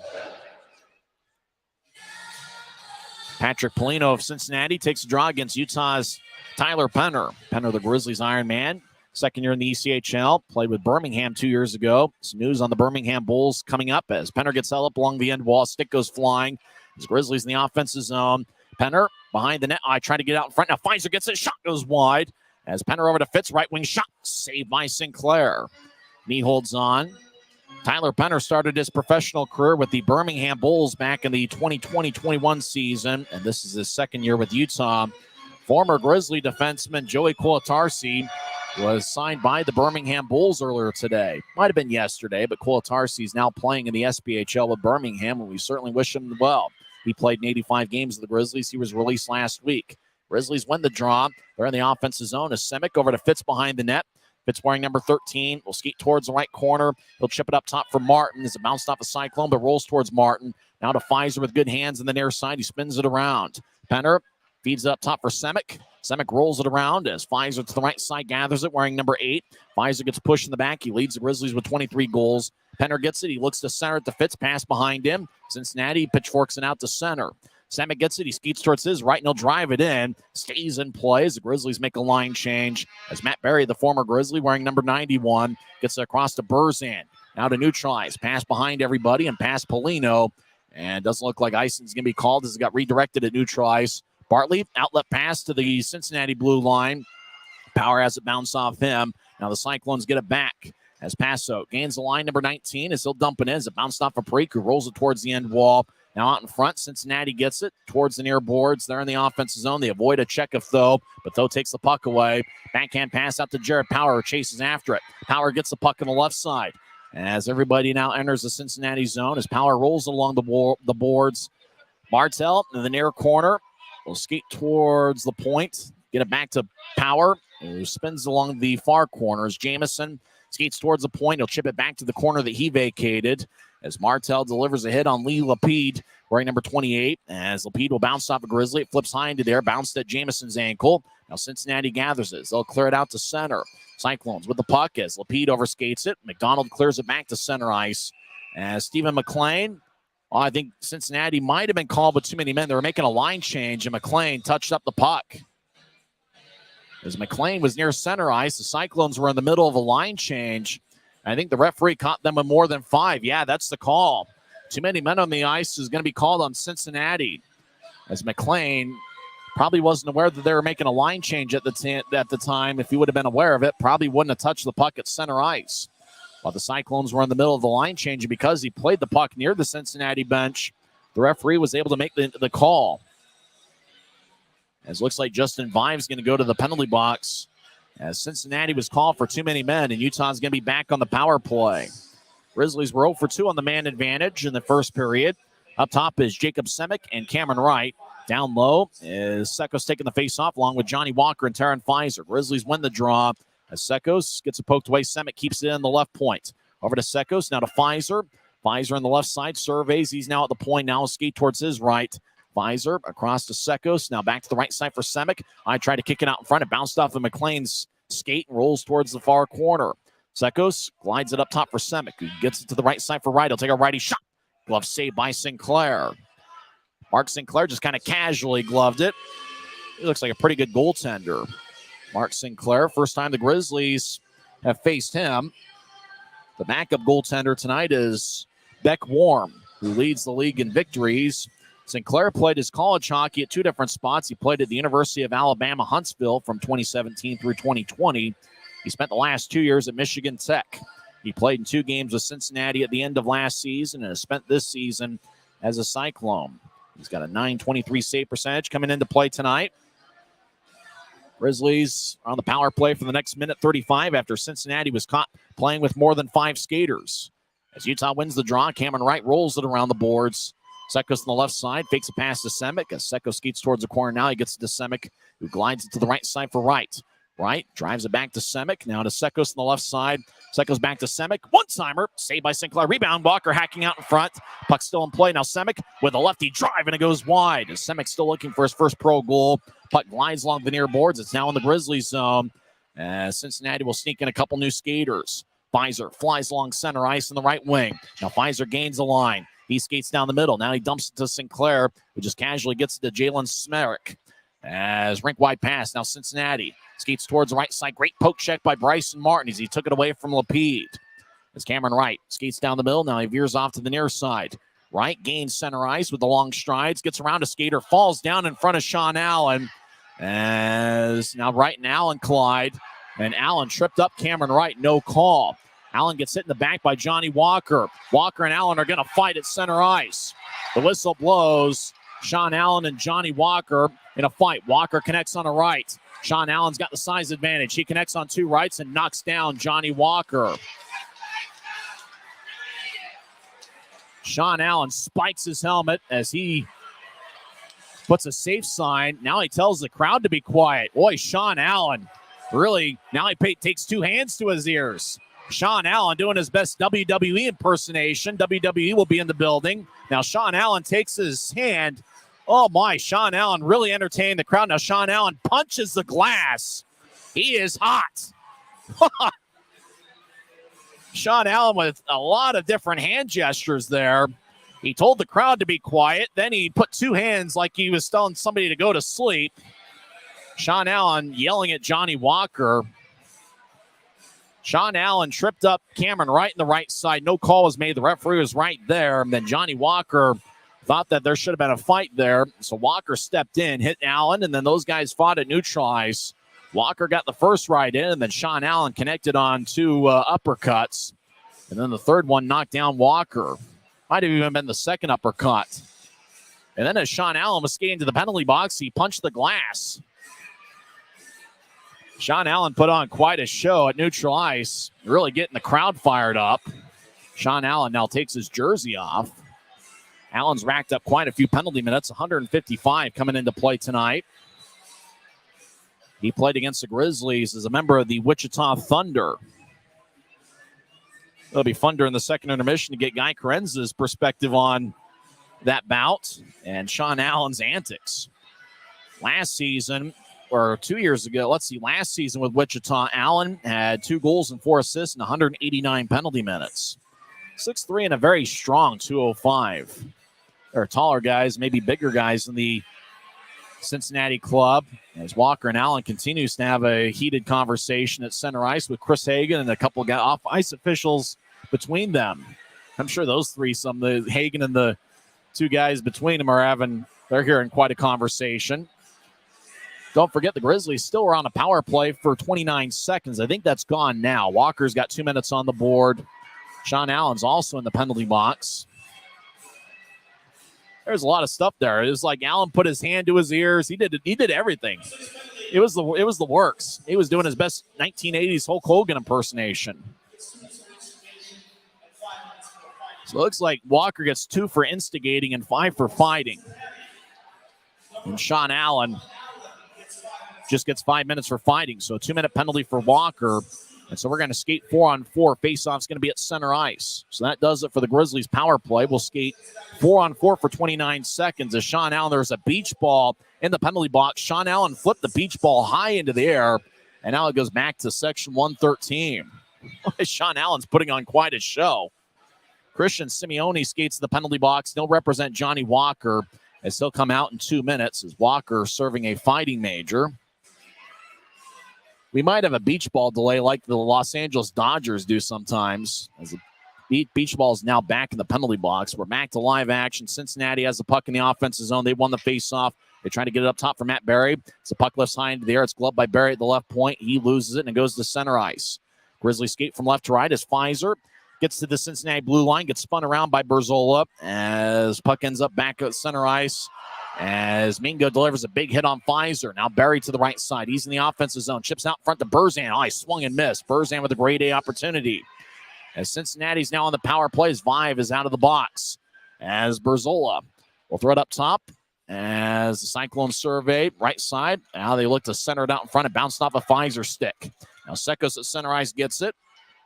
Sekos skates towards the right side. He feeds it across. It's gloved by Vive, who drops it. 11:50 and counting left in the second period. It's the Cyclones 4 and the Grizzlies 2. As Cincinnati's number 19, Josh Passo, scored his 22nd of the year. Right side shot saved by Parikh. As puck goes back up top. As Cincinnati feeds it across. And it gets poked away by Martin, who's behind Utah's net. Jamison over to the near side, clears it out. So while everybody was hanging around in center ice, Cincinnati had scored a goal. Cyclones lead 4-2. As Penner up top for Jamison. It rolls towards Smerik. He's wearing number 5. He moves ahead to Caparuso. Cyclones lead 4-2. Caparuso gains the line, drops it off. Now Vive skates down the middle, take a lefty shot that goes wide. As Jamison towards the far side will feed it to center ice. Cincinnati on the power play for the next 10 seconds. Cyclones lead 4-2 as Josh Passo scored unassisted. Now it's the left side. Cyclone center at Vive. Shot saved by Parikh. Now Vive feeds it across. Puck bounced to Cincinnati on the right side. Simeone's out of the box. Cyclones right wing shot. Kick saved by Parikh. That was taken by Andrusiak. Now ahead to Dylan Fitz, who lifts it high into the air. Bounced off the stick. It was played with a high stick, but Fitz gets it. Fitz skates towards left circle. Take a righty shot. Saved by Sinclair, and the puck flips out of play as it bounced off Sinclair and flew off the protective netting. Cyclones 4 and the Grizzlies 2. 10:26 left in the second, and Josh Passo, while everybody was paying attention to Johnny Walker and Sean Allen, Passo found the back of the net. Allen's Cincinnati's up by 2. This is the Grizzlies Hockey Network. If you're out driving and something happens to your car, truck, or even wheelchair, and you end up stuck at a rail crossing, it's going to be okay. Don't panic. Here's what you do. Get out if you can and look for this blue sign on the metal pole. Call the number on the blue sign, and when they answer, tell them the crossing number. The number is right here. This tells them the exact location of the crossing. This is the fastest way to get trains stopped before coming through the crossing. Look for the blue. It helps you. I live for my next goal. Whether it's another pick six or another step forward in life, I wouldn't be who I am without the drive to reach it. And I wouldn't be where I am without my team. Everyone on and off the field who supports me and believes in my dreams as much as I do. Whatever your goals are, surround yourself with people who are going to help you reach toward them. Like my friends at America First, and see where life takes you. Cincinnati leads 4-2. It appeared while everybody was paying attention to Sean Allen and Johnny Walker, Josh Passo scored 7:16 in. It was an unassisted goal. Draw it in the Cyclone zones, won by Utah. As Zach Sekos, lefty shot and goes wide on a one-timer from the slot as Cameron Wright throws it up top for Shearer. Goes past him and glides into the Grizzly zone. Connor McDonald races after. He gets it with good speed. McDonald drops it back off for Shearer behind Utah's net as the Grizzlies skate from left to right. As they spread the ice wearing the white jerseys with black numbers and professional green trim. As Shearer back behind his net, continues to survey now. He outlets to center ice. Pass goes to Sekos, who gains the line. Sekos gets hit by McLean. McLean goes 6'7", 216. McLean, one-on-one battle with Sekos. Now joining the play is another Cyclone coming out of the piles, Cameron Wright. He gets hit up high by Berzola. Right? Shaking up a little bit, puts his helmet back on as it was kind of hanging on him. But Shearer throws over to Wright at neutral ice.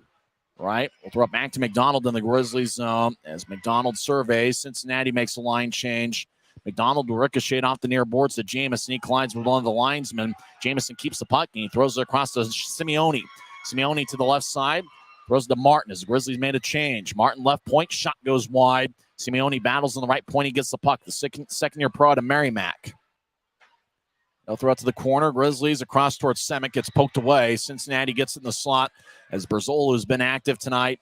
Cyclones rolling with 15 skaters as Berzola crosses center ice and rolls it along the wall. As Simeone down the middle, throws it back deeper in the Grizzlies zone to Bryson Martin. He'll throw it to the near side for Jamison. Jamison will dish it out towards Martell. Action still in the Grizzlies zone. Martell along the near boards. Jamison along with two Cyclones. Matt Berry skates towards the corner. He feeds it back to Polino, trying to get it back to Berry, but Berry was skating towards the slot as Luca Berzan keeps in the left point and rolls along the wall. Bryson Martin gets hit on the far side as Matt Berry throws it up top. Cincinnati skates down the middle. Polino makes a move on Semick, but rolls towards the corner. Good defensive play by Semick, not letting Polino get behind him completely. As Semick gets the puck, as he'll throw it to Power at center ice. Power, the Mount Royal product, fires a shot, saved by Sinclair as the shot was taken from Grizzlies territory. Jordan Martell got hit pretty hard by Dejan Mingo on the far side. The arm is raised by the referee, and a penalty is going to be called as everybody just glided towards Martell and Cincinnati's Dejan Mingo.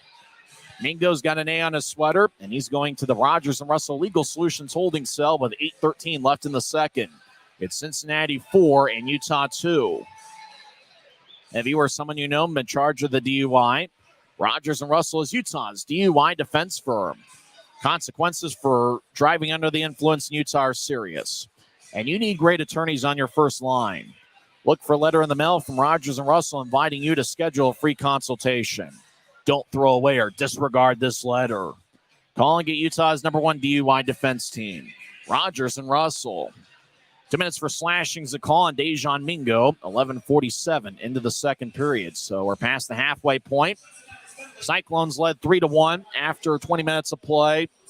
Grizzlies scored in the first minute of the second period. And then Cincinnati scored 7:16 as Josh Passo scored while everybody was watching Sean Allen and Johnny Walker fight at center ice. Grizzlies' goal was 27 seconds in with Zach Sekos scoring his 12th of the year. Walker and Connor McDonald getting the assists. Draws on the far side of the series opener as Grizzlies try to climb back into this one. Utah wins the draw. Sure, left point shot saved by Sinclair. Rebound, Penner throws it towards Pfizer. Back to Penner on the far side as Penner tried to get it up top. It bounced off a stick as Cincinnati will lift it over the head of Semick. It goes into the Grizzlies zone as Semick chases after in the far corner. He'll spin it from one corner to the other for Cameron Wright. Right back to Semick. He's in the Grizzlies zone. He skates along the near side as Semick now at neutral ice. Drops it back off for Pfizer. Pfizer's got 10 power play goals this season, which lead the club over to Wright. Back to Pfizer, who overskates it. Puck goes back to Wright, skates down the middle. Righty shot saved by Sinclair. Polino gets the rebound, and he'll lift it in the air as it bounces in the Grizzlies zone and glides towards Parikh. Grizzlies make a line change. 50 seconds into Utah's power play, and 7:21 and counting left in the second. It's the Cyclones 4 and the Grizzlies 2. Utah's outshot Cincinnati 21-15 as Dylan Fitz enters from the right side. He overskates the puck. Patrick Polino rolls it along the wall. Parikh cuts it off behind the net. So the Cyclones make a line change. Now it goes back over to Martin. Martin feeds it to neutral ice for Dylan Fitz, who crosses center. He'll dump it in. Sinclair cuts it off. It rolls towards the far corner. Martell bounces it off to Jamison. Back towards Martell. We're trying to get it back to Jamison, who's skating the other way as Cincinnati clears it out to center. 2-on-1. Cyclone skates to the right side. Back over to the left. Shot. Saved by Parikh.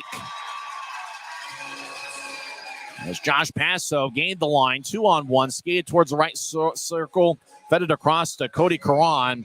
Caron's got 1 goal in 47 games this year. Caron thought he had a great opportunity. He got it in the left circle, just took a shot, and puck ended up at Parikh. And he made a body save. Good job by Lucas not allowing a second chance, a second shot. 6:43 is left in the second.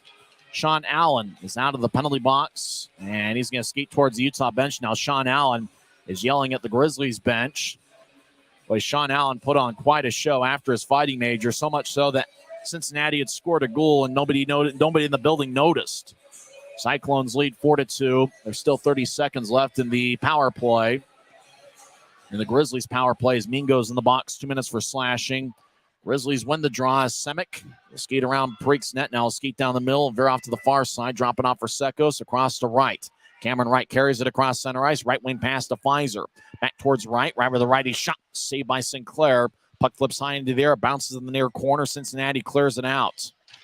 Cyclones penalty kill this season, 81.6%. They're in the top 10 in the league. Preek behind his net. Glides it to the far side for Sekos. As the Clarkson product carries it out of center ice. Successful penalty kill by Cincinnati. Now it's the high slot. Semic with a lefty shot goes high as it was over the crossbar. Cincinnati crosses center ice. They don't have numbers, so they dump it in.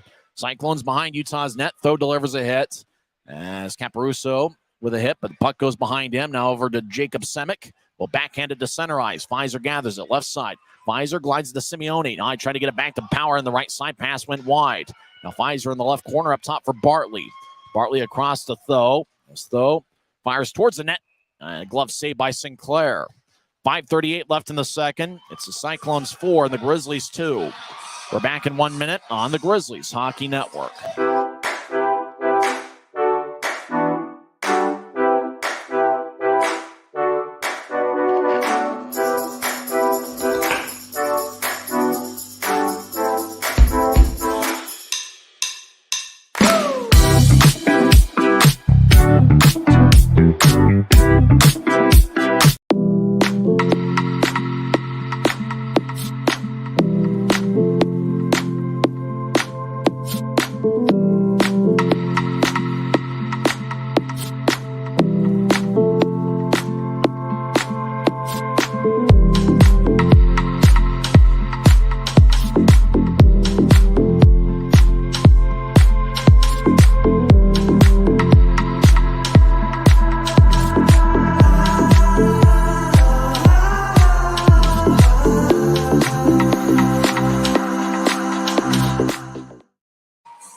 .38 left in the second period. It's the Cincinnati Cyclones 4 and the Utah Grizzlies 2. Cyclones led 3-1 after one period. Zach Sekos scored 27 seconds into the second period. Johnny Walker and Connor McDonald with the assists.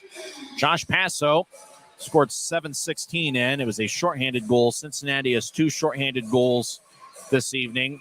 Cyclones 1 for 3 on the power play. As I mentioned, 2 shorthanded goals. Utah 0 for 4 on the power play. As we're going to skate 5-on-5, they're working on some ice near the Cincinnati bench. And second-year head coach Jason Payne, his assistant is Chad McLeod. I think McLeod's going to be announced as an assistant coach for the Cyclones here within the next day or two, but McLeod is behind the bench with Jason Payne.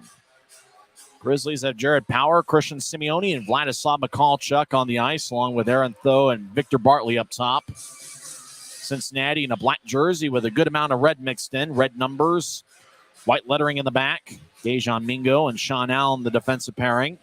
Cyclones are a little bit shorthanded. They've got 15 skaters tonight. It's possible they may sign somebody before Friday's game. Cyclones have a standing point in 18 straight games. They've won 6 in a row.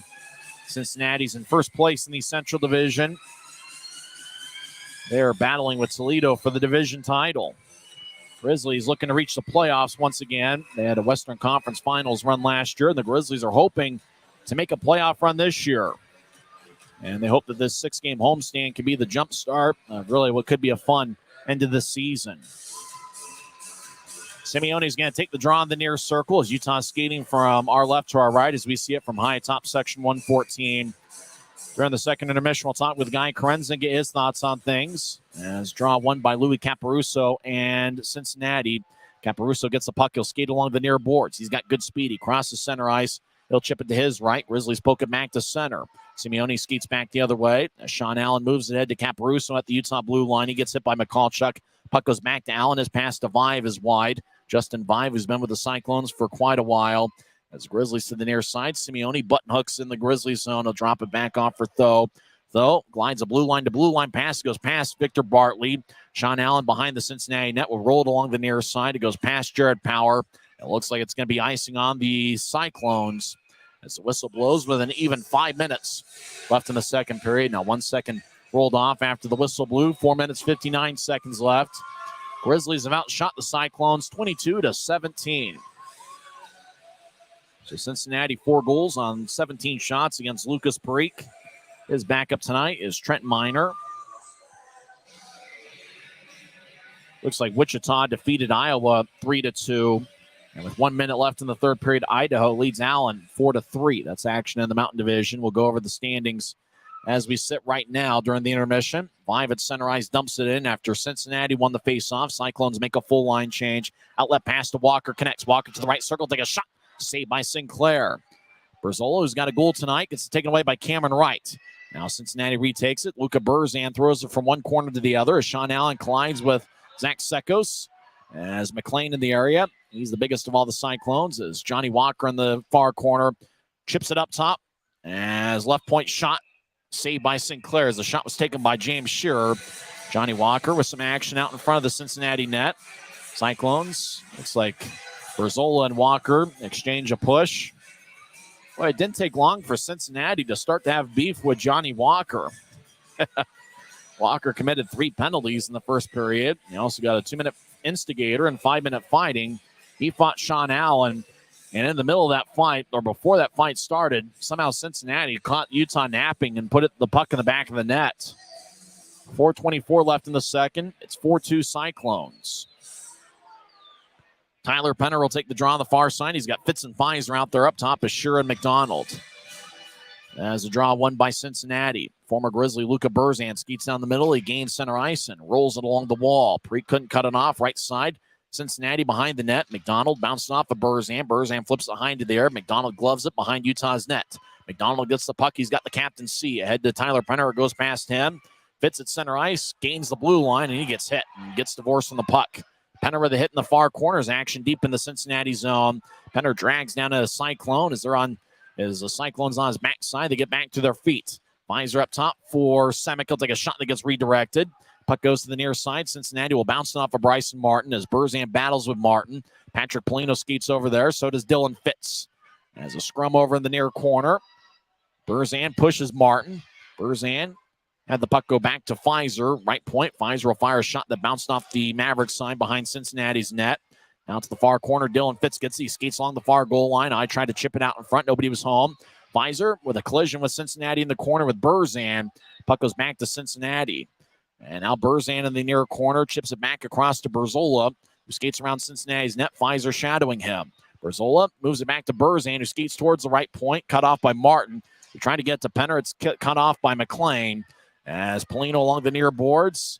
And the puck squirts in the air and goes to neutral ice. Matt Berry gets it. He's still in the Cincinnati zone. Berry throws it ahead. Puck bounced off the stick of Polino and rolls to Bryson Martin in the Grizzly zone. A lot of action, a lot of scrums along the wall as Utah crosses center ice. Those skates down the middle. Makes a nice move. I trying to feed it out in front. Grizzlies score! Throw is to the right side. Got a nice looking pass behind his back to the left. And the pass connected. The Grizzlies find the back of the net, and it's the Rooster, Jordan Martell. He gets his second of the game and 10th of the season. Martell missed the last couple of weeks, and you can tell how much the Grizzlies missed him as Jordan Martell joins the Grizzlies' double-digit goal-scoring club. As though chipped it across. Cincinnati bounced it off of Martell, and Martell put it in the back of the net. Martell with 2 goals tonight. He now has 9 points in his last 6 games. Good to see him back after missing 5 straight. Martell gets the goal, though, and Bryson Martin with the assist. Martin playing in his 300th ECHL game as Cincinnati wins the draw. They get to center ice and roll it along the boards. Deep in the Grizzly zone, Bartley delivers a big hit on Adam Berg. Over in the far corner, Cincinnati tries to get away as it goes back over to Josh Passo. He's got a goal tonight as Matt Passo battling with Jamison. Bartley in the area, so is Berg. Now the puck's taken away by Bartley. He'll skate towards the near corner. He'll move it ahead as though throws to Martell's on hat trick watch with 2 goals tonight. Martell to Jamison in the right corner. He gets blasted, but Jamison keeps his feet as he gets pushed by Karan. As Mingo tripped up Jamison, no call. Cincinnati. Smerek will glide it out to his right. As Cincinnati gains the offensive line, they look to center it. Pass between the legs of Berg. Jalen Smerek skates towards the near wall. Throws it back to Berg, who's behind Utah's net as he gets in a one-on-one battle with Connor McDonald. Connor literally kicks it to the corner. Zach Sekos tried to move it ahead. Picked off. Caparuso with the lefty shot that's wide. As Cincinnati feeds it back to the far corner. Sure will glide it out to center ice. It bounced off the near boards at neutral ice. Sean Allen moves it back ahead as Vive will throw up past James Sure as it ricochets off the far boards. And Druziak over to Caparuso. McDonald takes it away from him. It glides ahead to Johnny Walker. It's 4-3 Cincinnati. Walker right wing pass to Cameron Wright, who skates towards the right circle. Take a righty shot that goes wide. Puck glides to Druziak, who moves ahead to Vive. 1-on-4. Vive crosses center ice and dumps it in as he gets around McDonald. Now he gets around Sekos. Vive's got good speed for a guy his size. As the puck goes back to Caparuso, he battles with Cameron Wright. Caparuso up top for Smerek as he throws to the right side. Cincinnati all alone. Backhand shot. It gets blocked out in front of Preek. The puck goes to the near side. Cameron Wright skates over there. He gets it and he lifts it high into the air as it bounces at neutral ice. Smerek gets it as he'll glide it ahead. Puck deep in the Grizzlies zone as it bounced off the near corner. Now goes over to Smerek, who throws it between his legs. Cameron Wright clears it out to center. Puck goes back to Cincinnati as he'll throw it ahead to Smerek. He'll step over the offensive line right side as he's being shadowed by Cameron Wright. Smerek loses the puck in the corner. Wright trying to clear it out. Stays in. Matt Berry, right point shot, and it's blocked. Now pass ahead, breakaway. Cameron Wright skates down the middle. He gets hit by a Cincinnati skater, no penalty. Great defensive play by Zach Berzola as the Cyclones ice it, but no icing as it got redirected at neutral ice. Deep in the Grizzlies zone, 10 seconds left in the period. Puck glides along the near boards as Polino skates towards his right. He'll feed it to the right side, 5 seconds. Cincinnati with a shot, and it's blocked by the stick of Martin. The net gets dislodged as Tyler Penner was in a one-on-one battle out in front of the net with Matt Berry. 0.8 seconds left in the second period. It's 4-3 Cyclones as Jordan Martell got a second of the game and 10th of the season, 17-17 in, with Tho and Bryson Martin getting the assists.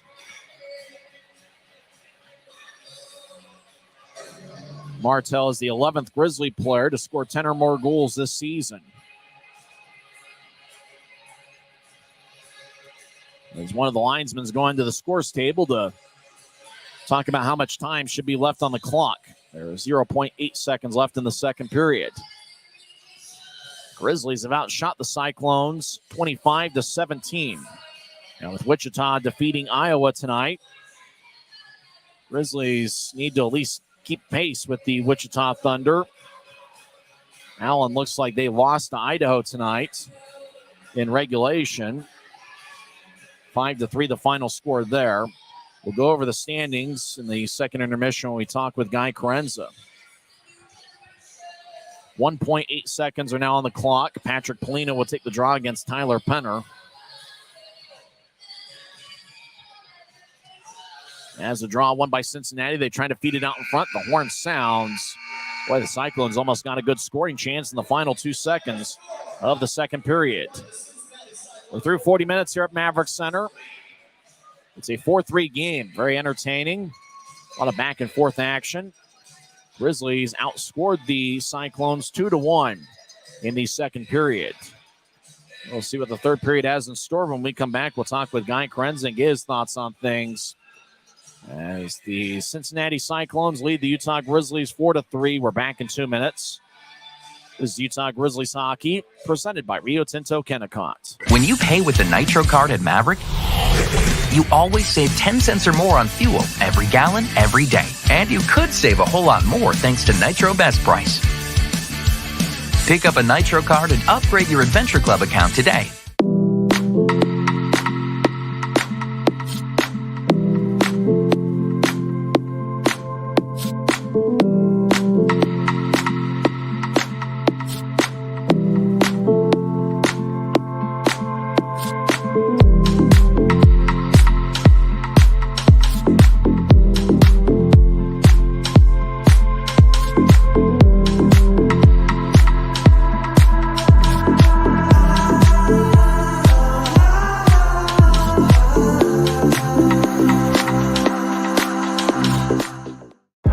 I live for my next goal. Whether it's another pick six or another step forward in life, I wouldn't be who I am without the drive to reach it. And I wouldn't be where I am without my team. Everyone on and off the field who supports me and believes in my dreams as much as I do. Whatever your goals are, surround yourself with people who are going to help you reach toward them. Like my friends at America First, and see where life takes you. Maverik's new bean-to-cup machines always deliver a freshly ground cup of coffee on demand, so you can enjoy any of our premium roasts at their best, day or night, hot or iced. Enjoy a fresh cup today. If you're out driving and something happens to your car, truck, or even wheelchair, and you end up stuck at a rail crossing, it's going to be okay. Don't panic. Here's what you do. Get out if you can, and look for this blue sign on the metal pole. Call the number on the blue sign, and when they answer, tell them the crossing number. The number is right here. This tells them the exact location of the crossing. This is the fastest way to get trains stopped before coming through the crossing.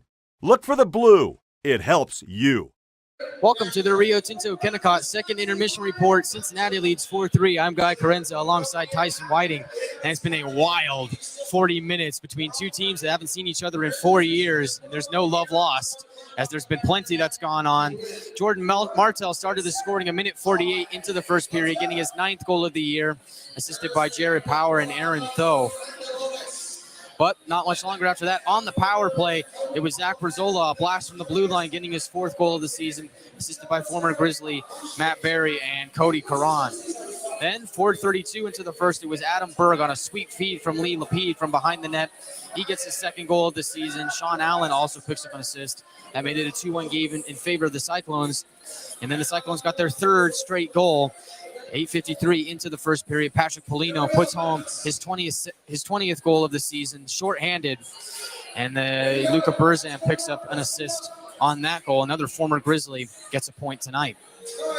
So it was 3-1 heading into the second intermission, but the Grizzlies did not take long to get back onto the board. It's just 27 seconds into the second frame. Zach Sekos made it a 3-2 hockey game, getting his 12th goal of the year, putting home some loose change out in front. Johnny Walker gets an assist on the goal, as does Connor McDonald. But then a wild sequence of events happened. 7:16 into the second period. Two things happened at once. Josh Pasol scored a goal, his 22nd of the season, and Johnny Walker and Sean Allen got in a fight at the same time, 7:16 into the second period. So on one end, we were watching Walker and Allen fight, and on the other end, you had to be a chameleon to have both eyes pointed different directions to see all that happened as Pasol scored on Parikh. He went 5-goal, and that made it a 4-2 game. So a lot of physicality in this game.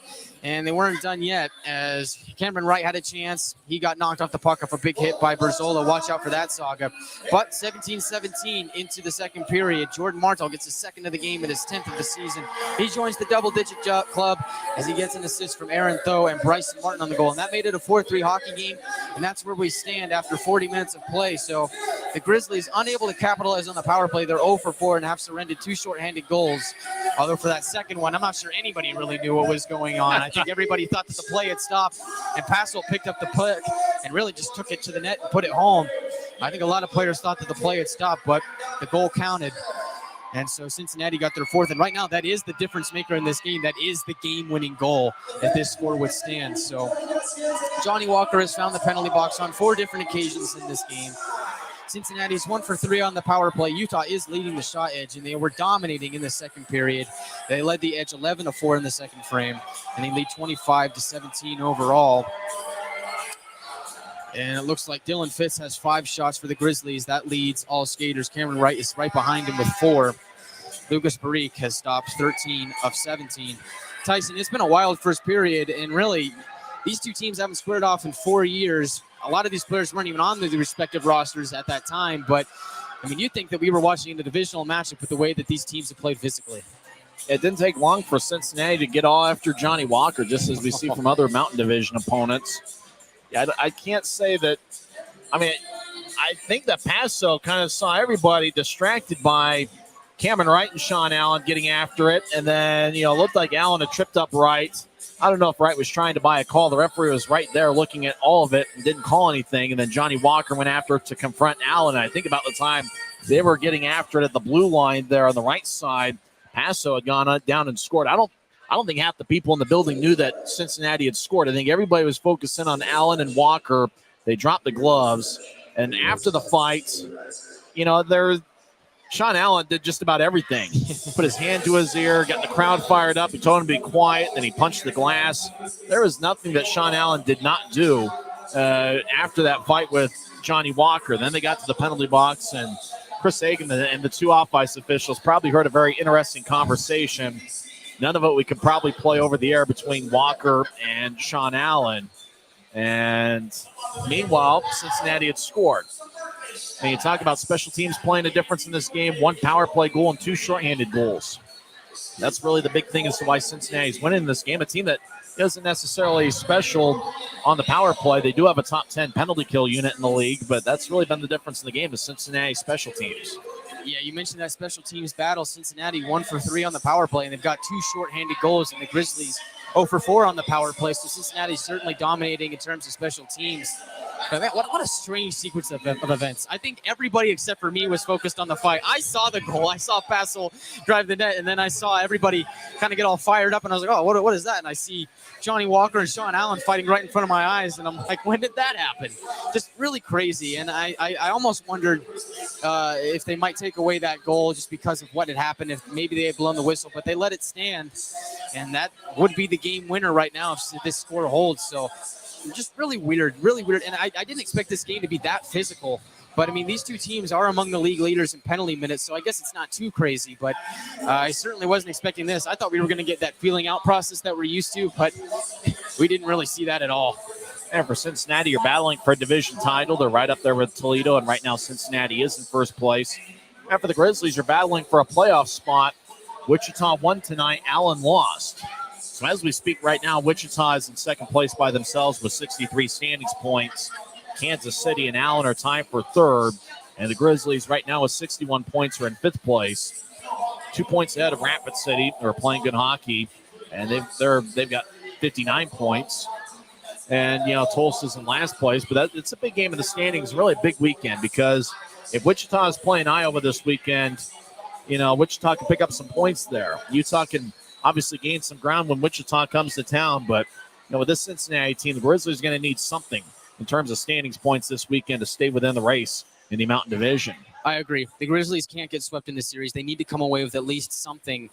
You think about that series against Wichita. I personally think that this playoff race is going to come down to the very end, very last game. It just seems like that. So you think about the Wichita series as a good chance for the Grizzlies to pick up points against the Thunder, a team that they're competing against for that playoff spot.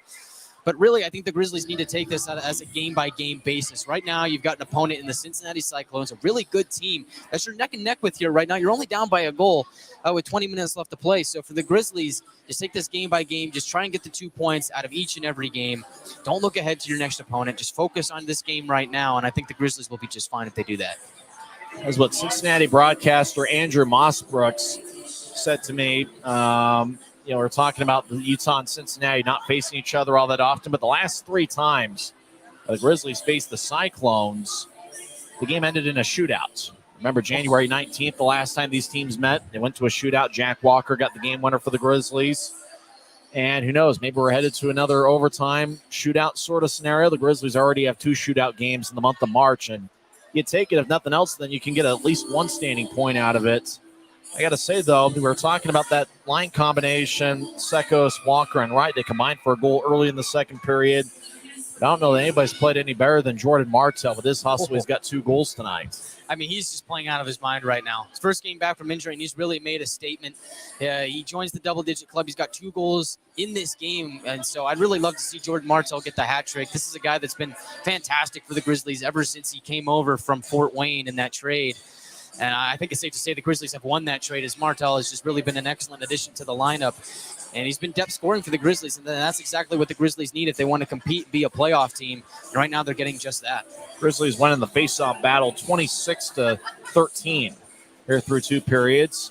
And the big thing for the Grizzlies, they had 9 giveaways in the first period. They only had 4 in the second. Grizzlies did a better job protecting the puck in the second period and making quick decisions with it. Yeah, and I think it was apparent. I think Cincinnati didn't get their first shot until about 6 minutes into the second period. So the Grizzlies defense really tightened up in this second period. And I thought the Grizzlies offensively got a lot better chances, a lot of really nice looks. So I think they're improving that aspect. I think this game, as it's gone on, the Grizzlies have really kind of settled in and really started to take this opponent, the Cincinnati Cyclones, and really adapt to what they're throwing at them quite well. So but like you said, I really like that line. I think even Sekos especially has really made a staple on this game.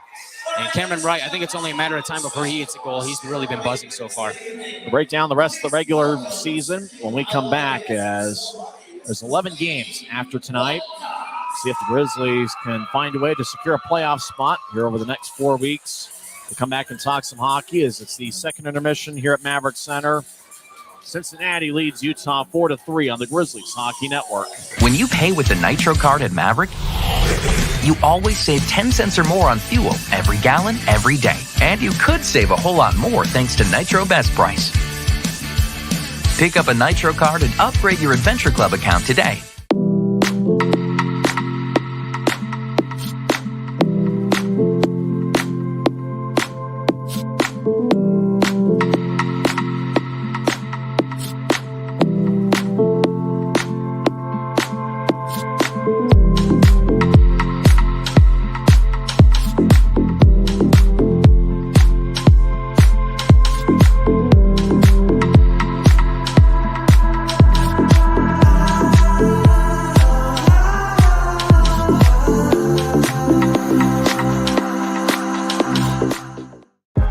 I live for my next goal. Whether it's another pick six or another step forward in life, I wouldn't be who I am without the drive to reach it. And I wouldn't be where I am without my team. Everyone on and off the field who supports me and believes in my dreams as much as I do. Whatever your goals are, surround yourself with people who are going to help you reach toward them. Like my friends at America First, and see where life takes you. Maverik's new bean-to-cup machines always deliver a freshly ground cup of coffee on demand, so you can enjoy any of our premium roasts at their best, day or night, hot or iced. Enjoy a fresh cup today. If you're out driving and something happens to your car, truck, or even wheelchair, and you end up stuck at a rail crossing, it's going to be okay. Don't panic. Here's what you do. Get out if you can, and look for this blue sign on the metal pole. Call the number on the blue sign, and when they answer, tell them the crossing number. The number is right here. This tells them the exact location of the crossing. This is the fastest way to get trains stopped before coming through the crossing. Look for the blue. It helps you. Welcome back to Utah Grizzlies hockey. We got a pretty good singer here at Maverik Center. She's doing a good job. She's doing a good job. Second intermission here at Maverik Center, as Nick Hayes pointed out to us during this last break. Idaho defeated Allen 5-3. That certainly helps the Grizzlies. Wichita got a 3-2 victory over Iowa. And as we mentioned in the last segment, Iowa, they're in last place in their division, but with the overtime win, Wichita now has 63 standings points. They're in second place by themselves, but as you mentioned, feels like it's going to come down to that final weekend when the Tulsa Oilers are in town for a 3-game series. That might be where everything gets decided between the other 3 playoff spots. Idaho's already secured the 1 spot in the division. Who's going to be 2 through 4? Who knows? May come down to that final night. I really think it is going to come right down to the wire. It's going to be a lot of fun to watch, but certainly can't count out Allen. They've been playing well recently. Kansas City Grizzlies have really had their way with them, but we're not going to see them for the remainder of the year, and so they are going to be in the mix, as are the Wichita Thunder, who are right now in Iowa. It seems that they probably should be. And then you think about the Rapid City Rush that are just right behind everybody that are slowly crept back into the playoff picture. Don't count them out either. So I really think there's a lot of really good teams in the mix, and only 3 playoff spots left up for grabs. So it's going to be a lot of fun to watch. Your tickets for Friday night. It's going to be Military Night and AFCU Friday. Remember, with AFCU Friday, tickets start just $8, and you pay using your AFCU debit or credit card at the Maverik Center box office. Cincinnati leads 4-3. What do the Grizzlies need to do here in the final 20 minutes, and maybe 20 minutes and then some, to secure victory?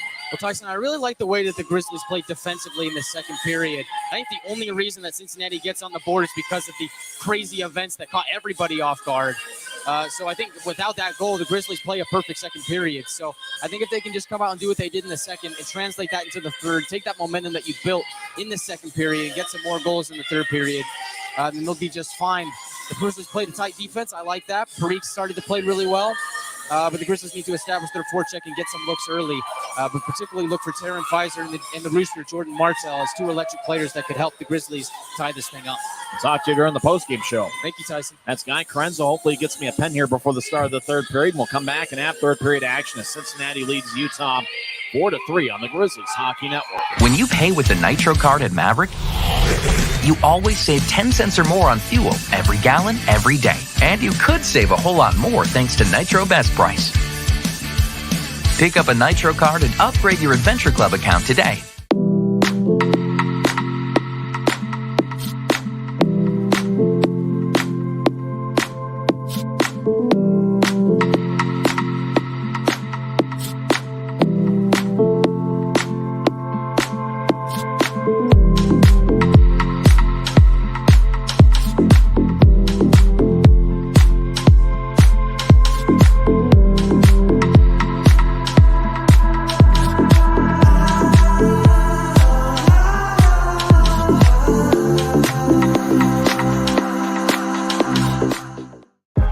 I live for my next goal.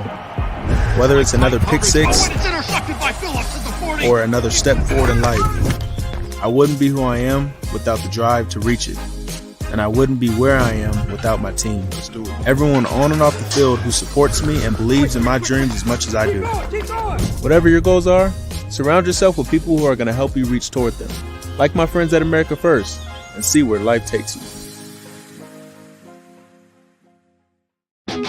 Maverik's new bean-to-cup machines always deliver a freshly ground cup of coffee on demand, so you can enjoy any of our premium roasts at their best, day or night, hot or iced. Enjoy a fresh cup today. If you're out driving and something happens to your car, truck, or even wheelchair, and you end up stuck at a rail crossing, it's going to be okay. Don't panic. Here's what you do. Get out if you can, and look for this blue sign on the metal pole. Call the number on the blue sign, and when they answer, tell them the crossing number. The number is right here. This tells them the exact location of the crossing. This is the fastest way to get trains stopped before coming through the crossing. Look for the blue. It helps you. Welcome back to Utah Grizzlies Hockey. This broadcast is presented by Rio Tinto Kennecott, producing premier American copper and proudly celebrating 120 years of operations in the Utah community. How can the Grizzlies make a comeback? They trail 4-3 as Dylan Fitz leads Utah with 5 shots. Jordan Martell has 3 shots. 2 of them have found the back of the net. Jacob Semick has looked pretty good in his Maverik Center debut. He's got 2 shots through 2 periods. But special teams really made the difference as Cincinnati is 1 for 3 on the power play, and they've got 2 shorthanded goals.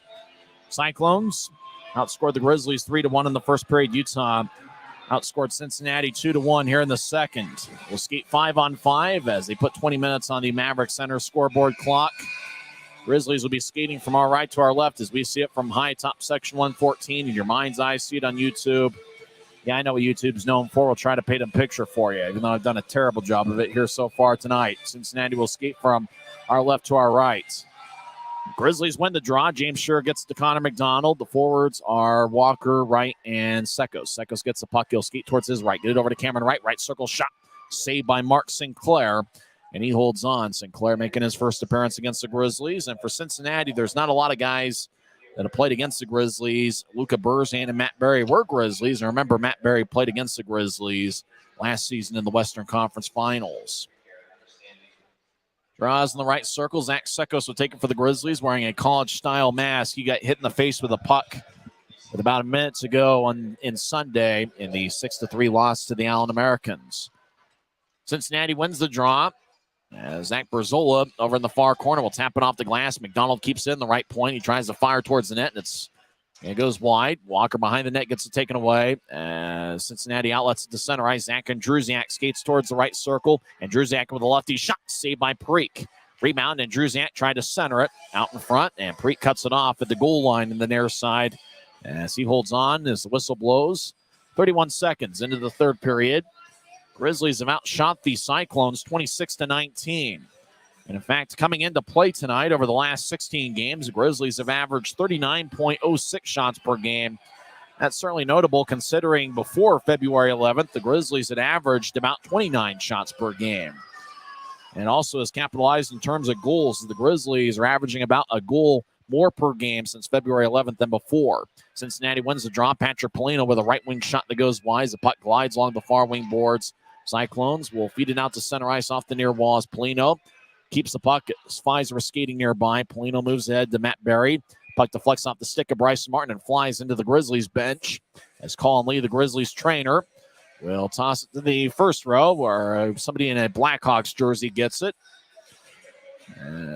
Draw is going to be at center ice. Tyler Penner, the Grizzlies Iron Man, will take it against Patrick Polino. Polino came into play with 19 goals this season. Polino picked up his 20th goal of the campaign, 8:53 into the first period. As the draw won by the Grizzlies, Taron Pfizer skates along the left wing, over towards the circle. Pfizer stops in the corner as he delivers it up top for Jacob Semick, who takes a lefty shot. Got redirected, bounced off a Cyclone. Now Fitz centers it. Shot saved by Sinclair as Fitz found Pfizer out in front of the net. But Mark Sinclair makes a save. Pfizer looked up to the heavens and knew he missed an opportunity to tie the game. It's still the Cyclones 4 and the Grizzlies 3. Semick bounced off a Cyclone, then Fitz got to the left circle, centered it to Pfizer, and I don't know how Sinclair made that save. Looks like Cincinnati's got two good goaltenders. Mark Sinclair, who came into play with a .923 save percentage. The backup, Beck Warm, leads the league with 24 wins this season, even though his save percentage is just an even .900 this season. Draws in the far circle. First of a three-game set. Both teams will be off tomorrow as G League basketball will be in the building. Friday night will be the middle game of the set for Military Night presented by Mountain Land Supply Company and an AFCU Friday. Cincinnati wins the draw as Karan lifts it high into the air. Cody's his first name. It goes back to the Grizzlies as Martin up ahead to Rooster.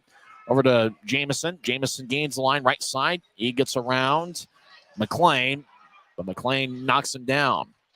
Cyclones come back the other way. They cross center ice. Utah picks it up. Martin up ahead, looking for Jamison. He lets it go past him. No icing as Cincinnati back deep in their own zone. Gets to the near side. They move it ahead to Cody Cron. He collides along the near wall with Jared Power, but the puck goes out to neutral ice. Now it's taken by Sekos. Right wing pass to Walker on the right point, trying to get it back to Sekos. It bounced off of Jalen Smerrick. As puck goes back to Walker, skates towards the near corner and up top for Bartley. It has a bounce off his stick. 2-on-2. Adam Burr crosses center ice.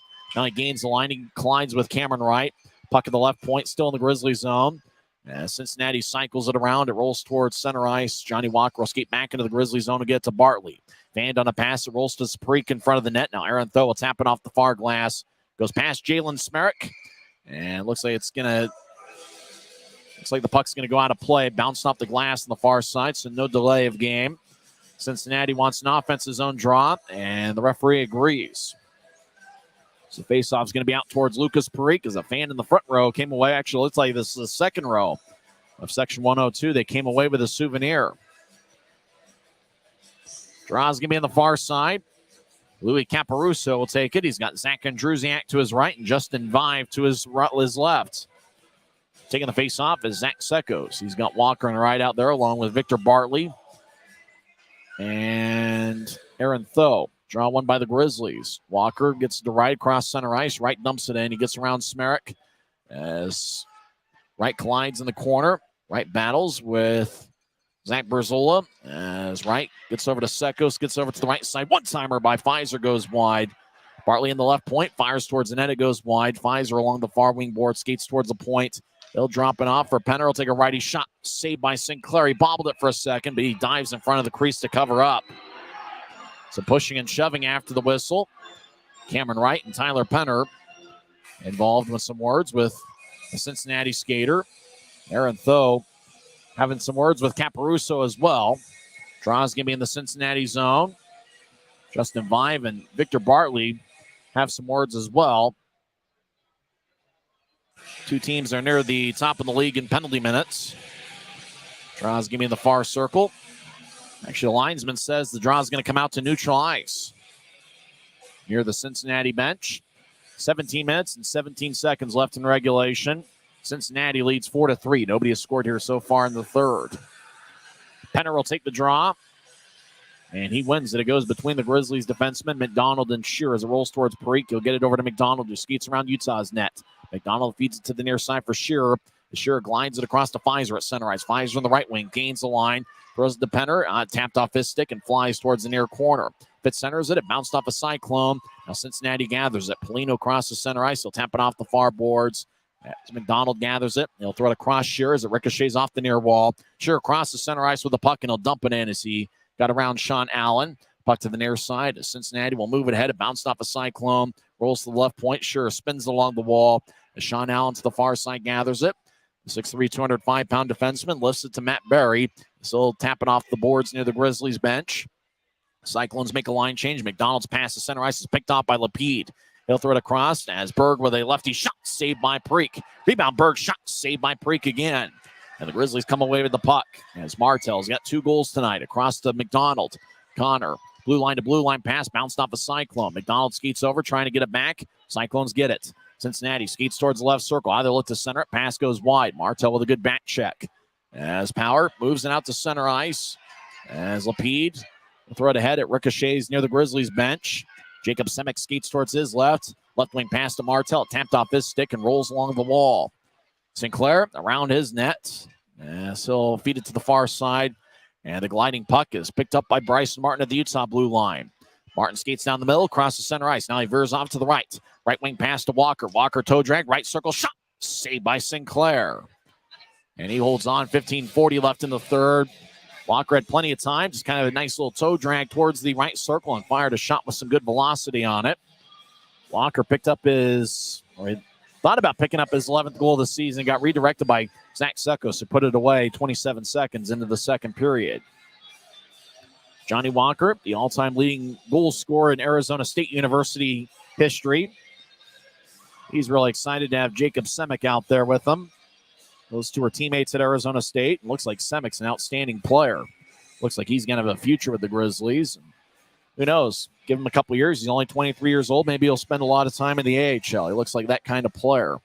Cincinnati wins the draw. They skate around Sinclair's net as the Cyclones skate from left to right as they get back checked. Right takes away from Andrusiak over to Walker. Trying to get back to right. Now goes to Sekos. Right side shot. It's blocked by Smerek. As Cincinnati, 3-on-2, crosses center ice. Right wing pass to Andrusiak. He skates towards the right circle. Take a lefty shot. On it, hits the pipe. And Cameron Wright to the near side gets it. Right at neutralized. Moves ahead to Semick. Semick gains the line as he skates towards the right corner. Semick looks to center. Picked up by Caparuso. Up ahead to Andrusiak as he crosses center ice. And so feed it to Mingo. It'll ricochet off the end boards. Andrusiak chases after it. Puck goes to the left point. Cincinnati rolls it around. Parikh gathers it behind the net. They'll feed it to the near side. Andrusiak will have to skate back towards the far side as Mingo looks to center it. And pass goes wide. 2-on-1. Taryn Pfizer skates towards the right circle. Across to Sekos, who swings and didn't get much on it. Pfizer behind the net. Gets poked away. Patrick Polino trying to move it ahead. It bounced off a Tho. Tho gets the puck. Right side. All bouncing puck goes wide. Puck towards the side of the net. Pfizer battles. He nudges across to Fitz. Now to Tho. One-timer goes wide. And Fitz now left side shot. And it goes wide as well. Grizzlies some close chances to tie up the game. Tho skates towards the corner. Loses the puck. Cincinnati lifts it high into the air. Bounces at the Utah blue line. Matt Berry falls down. Burzan right side shot. Saved by Parikh. Over to the far side. Pfizer nudges out to center ice. As it's taken by Sean Allen, who whips it around the wall. Cyclones make a line change. Bartley gets it. About 6 minutes into the third period, it's 4-3 Cyclones. As Penner at center ice, far side, moves ahead to Fitz, who dumps it in. Cyclones get it back. Grizzlies make a full line change. Pass across to Cody Caron. Caron skates towards the right circle. Take a righty shot, and it goes high. It's bounced off the far corner to Jamison. Jamison collides with Josh Passo at center ice. Passo take away from him. And Cyclones cross center ice. Adam Berg lifts it in. McDonald chases after it. He gets there before Berg. Sure, ahead to Jamison. Jamison across to Martell. He gets it picked off as Stephen McLean dumps it in. Cyclones make a line change. 13 and a half minutes left in the third period. 4-3 Cyclones. Grizzlies cross center ice. Jamison bouncing off of Berzola. Now Walker falls down at center ice. Berzola moves it ahead to Jalen Smerrick. So dump it in. Chasing after it's Jared Power and Semick. Back towards Martin. Semick in the near corner. We'll get it ahead to Sekos. Sekos throws the right wing pass. It connects to Walker. Walker steps over the Cincinnati blue line. Feeds it towards the middle. Cyclones get it and clear it out. Running after it's Jacob Semick. As he'll feed it off the near boards. It goes to Martin. Bryson Martin over to right. Martin at the left point gets poked away. Cyclones at center ice, cross center. Polino gets hit by Bartley as the Cyclones dump it in. Preek over to Sekos. He'll feed it to the near corner for Bartley. Down to Martin, who outlets it to neutral ice for Cameron Wright. Wright chips it ahead to Bartley. Bartley gets it. He'll glide towards the left corner. Takes a lefty shot. Saved by Sinclair. Cyclones towards the near side. As Tho gets it, left point shot on, hits the pipe and flies out of play. I don't think Sinclair thought that Tho was going to get a shot off, and he did, surprising everybody. It bounced off the post and flew out of play. Near miss there for Aaron Tho, who's looking for a sixth of the year. 12:19 left in the third. It's Cincinnati 4, Utah 3. We're back in 1 minute on the Grizzlies Hockey Network.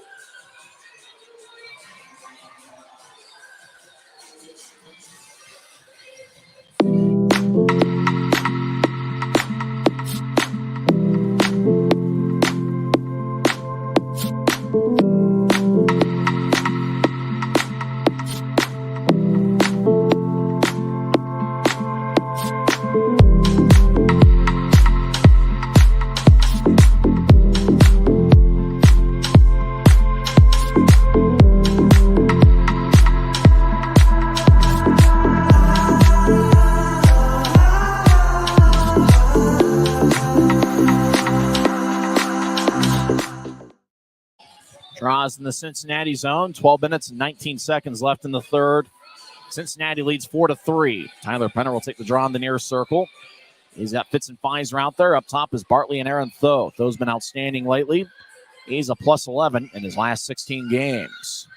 Penner's kicked out of the face-off circle. Pfizer leads the Grizzlies with 23 goals this season. Will take the draw. Grizzlies have outshot the Cyclones 30-22. Utah wins the faceoff. It goes towards near wing boards. Matt Berry takes it away as it goes deep in the Grizzlies zone. He chases after it. The whistle blows. Icing is on the Cyclones. 12-12 left in the third. It's first of a three-game set. Make sure to get your tickets for Military Night, presented by Mountain Land Supply Company. Grizzlies will be wearing specialty jerseys for the occasion. Those jerseys will be auctioned off on the Dash Auction app. And it's also an AFC Friday. Great tickets at an affordable price. Tickets start just $8, and you pay using your AFC debit or credit card at the Maverik Center box office. Off the draw, Tho with a blast. Saved by Sinclair. He holds on. 12:09 left in the third as Tho's had a couple good looks from the left side. Tho was big. Tho came up big in early March against Wichita. In fact, on March 30, he had 2 goals and 2 assists. As he had himself quite a night. Penner will take the draw again with Fitz and Pfizer out there. Draw won by Cincinnati. And Cyclones are bouncing off of Fitz. He's along the near board. Centers it to Pfizer. Pfizer makes a move. Lost the puck. As the puck bounced off, Sean Allen feeds towards the far side. Right wing shot gets redirected and goes wide. As Fitz over to Pfizer. He skates towards the left point. Now Pfizer trying to get it across the throw. It tapped off the stick of an Allen skater, and it's Matt Berry as it goes into the Grizzly zone. Pfizer gets to Tho. As Tho will skate towards the near side. Though still in the Grizzly zone, surveys. Right wing pass to Pfizer across the center ice down the middle. He'll drive it in as it bounced off the Chartway Credit Union sign. As Tyler Parrott to the left side looks to center, and it bounced off of Fitz. And rolls to Luca Berzan. 2-on-3. Berzan crosses center ice. He'll take a shot saved by Preek as Berzan comes off. Grizzlies skate around their net. Bartley chips over to Aaron Tho. Grizzlies skate from right to left in the third period. Tho over to Fitz at center ice. Fitz crosses the center ice logo, skates down the middle. Fitz gets it poked away. Pfizer on the left side. Gets it taken away as Cincinnati glides to the high slot. Penner picks it off. I'll take a right wing shot. Saved by Sinclair. And he holds on. It's really been an interesting game. Kind of a strange flow to it. Grizzlies just looking to find any way to tie up this game. A lot of shots taken from near the blue line. Grizzlies looking for that redirection out in front.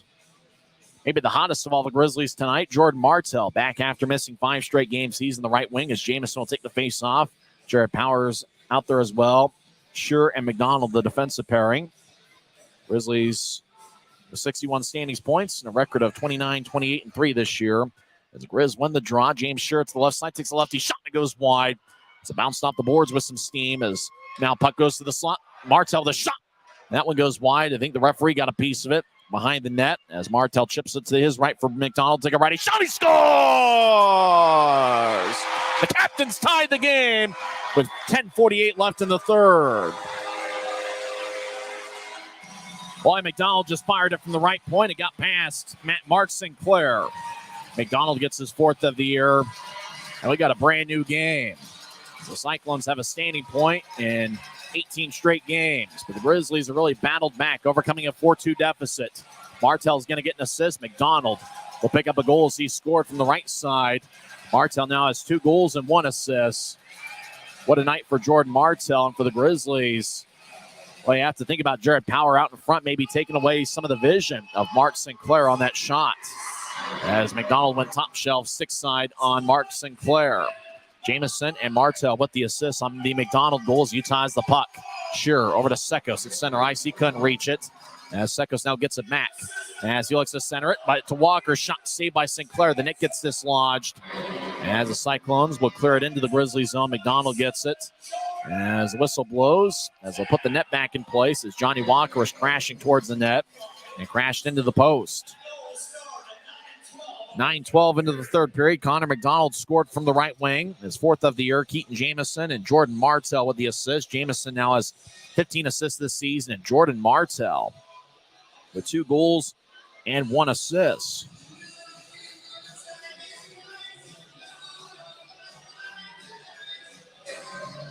So draw is going to be in the Grizzlies zone.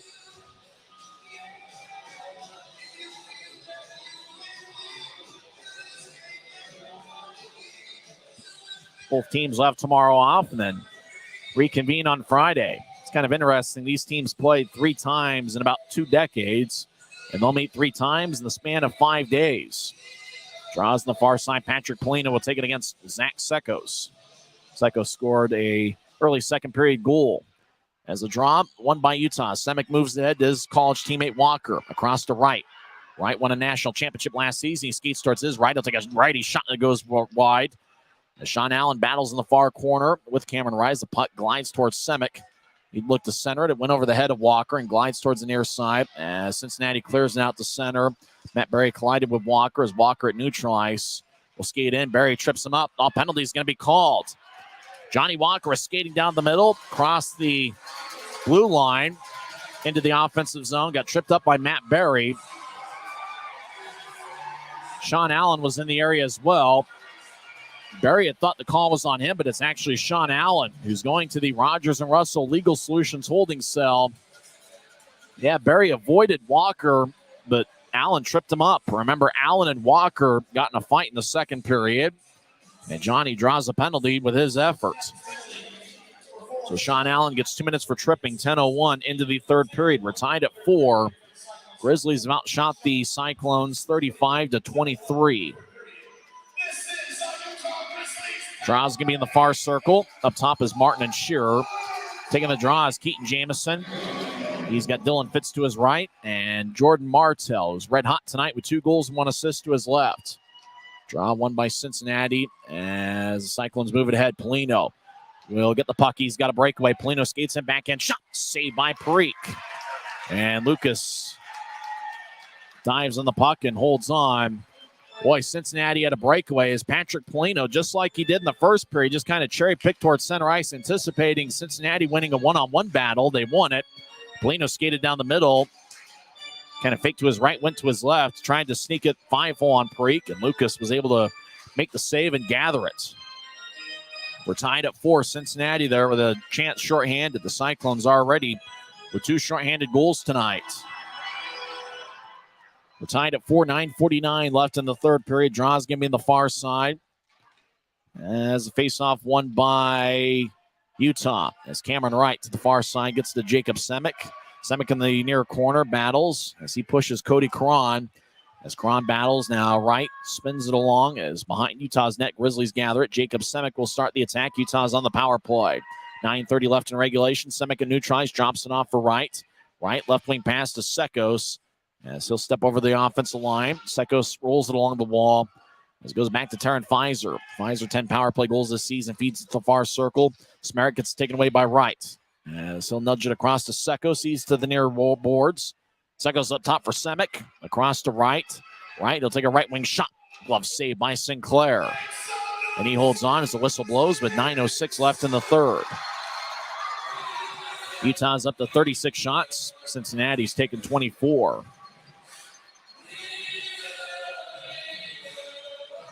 Draw is going to be in the right circle. Same 5-man unit for the Grizzlies. Walker, Wright, Pfizer, Sekos, and Jacob Semick. Patrick Polino will take the draw for Cincinnati. 1:07 left in the Grizzlies' power play. 9:06 left in the third. We're tied at 4.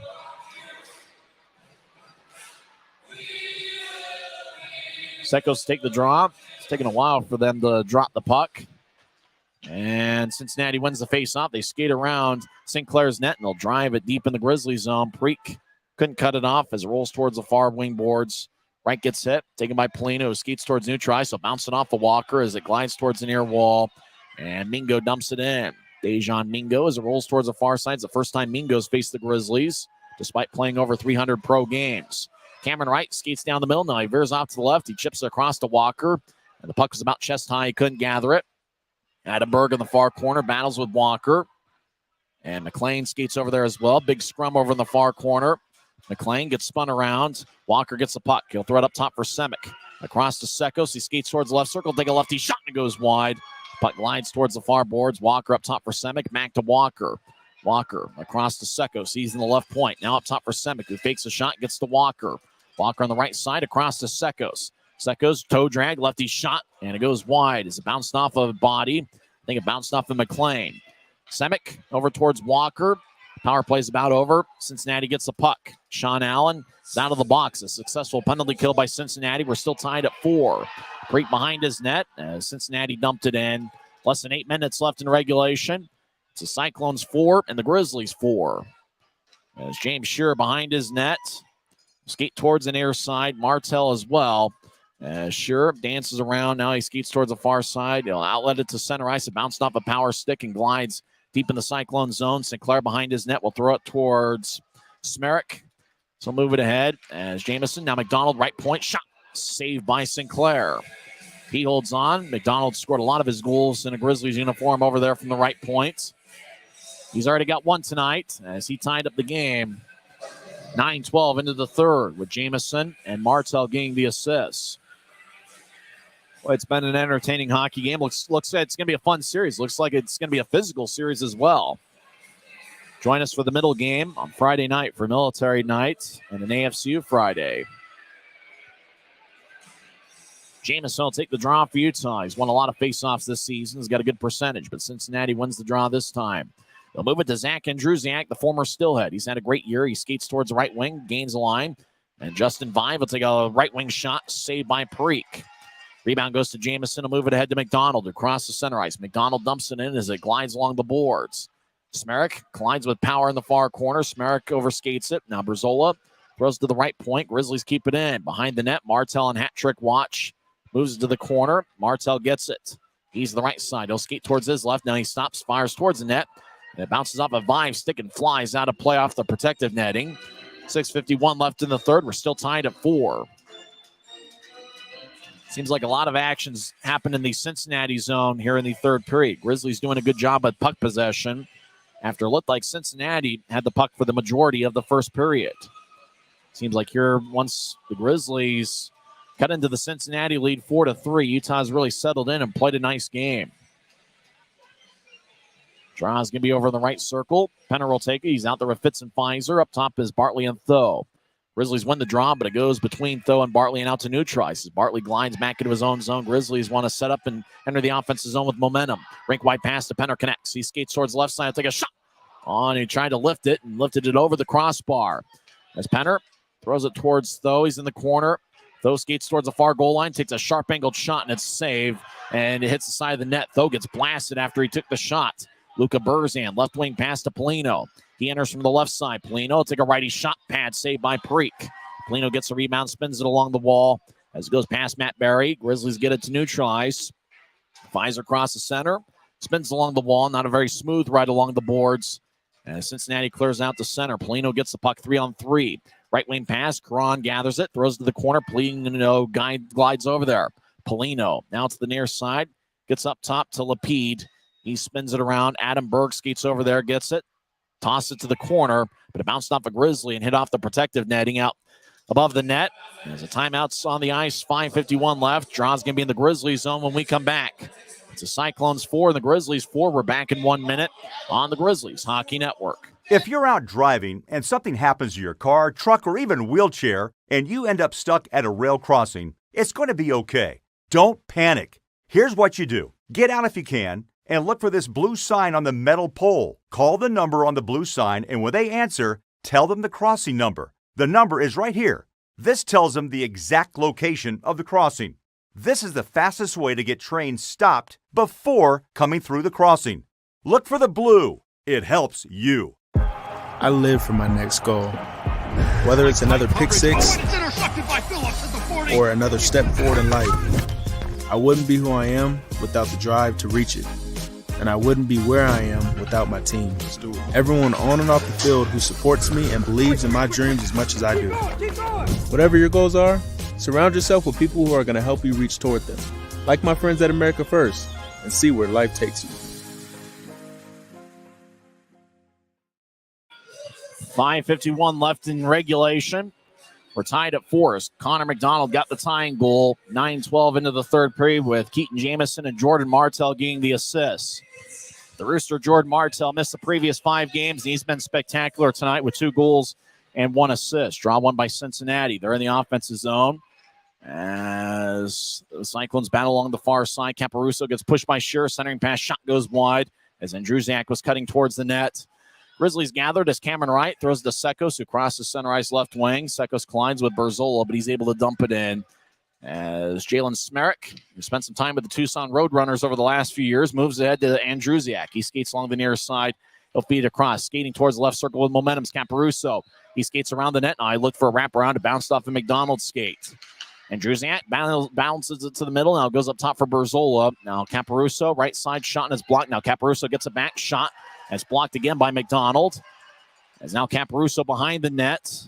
As he'll skate towards the near side. Sure pokes it away. Now Caparuso gets a back shot. Saved by Preek. McDonald moves ahead to right. Cameron will bounce off the near glass, and it lifts out to center ice. Vive and Cameron Wright collide as Wright holds up Vive's stick. Vive, the Cincinnati captain. Cyclones have it in the offensive zone. Smerrick skates down the middle. He gets taken away by Martin, who moves it ahead to Jamison. Jamison skates towards the right side. Across to right. But it went to his backhand, and he couldn't handle it. Grizzlies. Jamison over in the corner gets hit by Berzola. Jamison around the net. He'll skate towards the far side. Now chips over to Martell. Glanced off his stick. Martin centers it. It's poked away by Cincinnati. Now it's the left circle. Jamison across, and it kicks off of Sinclair's pads as Vive moves it ahead. As Cincinnati skates towards the left circle with momentum. Matt Berry's got great speed. Skates towards the right side. Throws it across. It goes past Burzan and out to center ice. Sean Allen across to Dejan Mingo. He'll move it ahead to Polino. Polino over to Berry. Back to Polino. One-timer and his stick breaks. As he'll skate towards the bench to get a new stick. As his equipment let him down. Past the Semix behind him. Goes to the Cincinnati blue line. Mingo moves it ahead. Burzan at center ice gets around Penner. Now Burzan gets to two knees. He gets hit by Bartley. As Cincinnati skates around the net. Passolt gets pushed by Penner. Penner battles, so Semick. Cincinnati throws up top. It hit the broken stick and goes out to center ice as it is gliding towards Sean Allen in the point.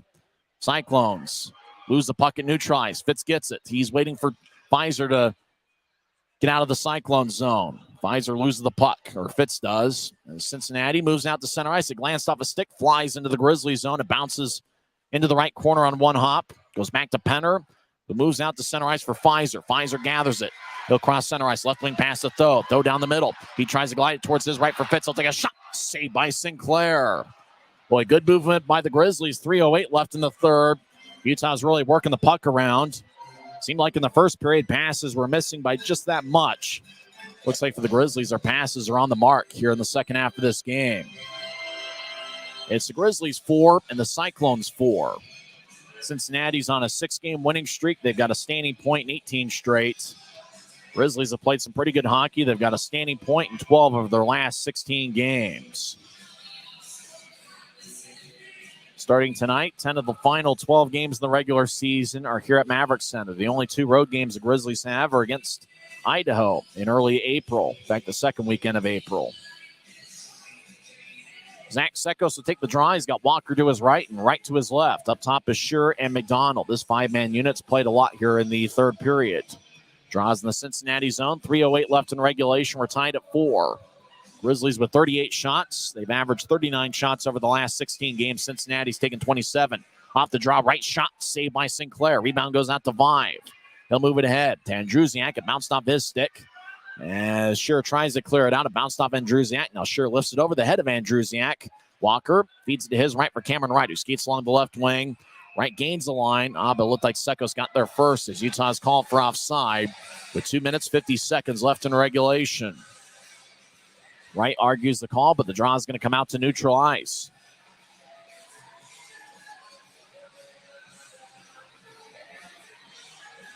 Same 5-man unit for the Grizzlies. You can tell which forward line the Cyclones trust, and that's Caparuso, Vive, and Andrusiak. Those 3 will exit. As Luca Burzan, Matt Berry, and Patrick Polino enter. That's a very reliable 3-man unit for Cincinnati. He's only rolling with 15 skaters tonight as Utah wins the draw. Shearer across to McDonald, who dumps it in as Cincinnati gets to Matt Berry. Is it neutral ice? He'll get to Burzan, who gains the offensive line and gets hit by McDonald. Those guys were teammates last year.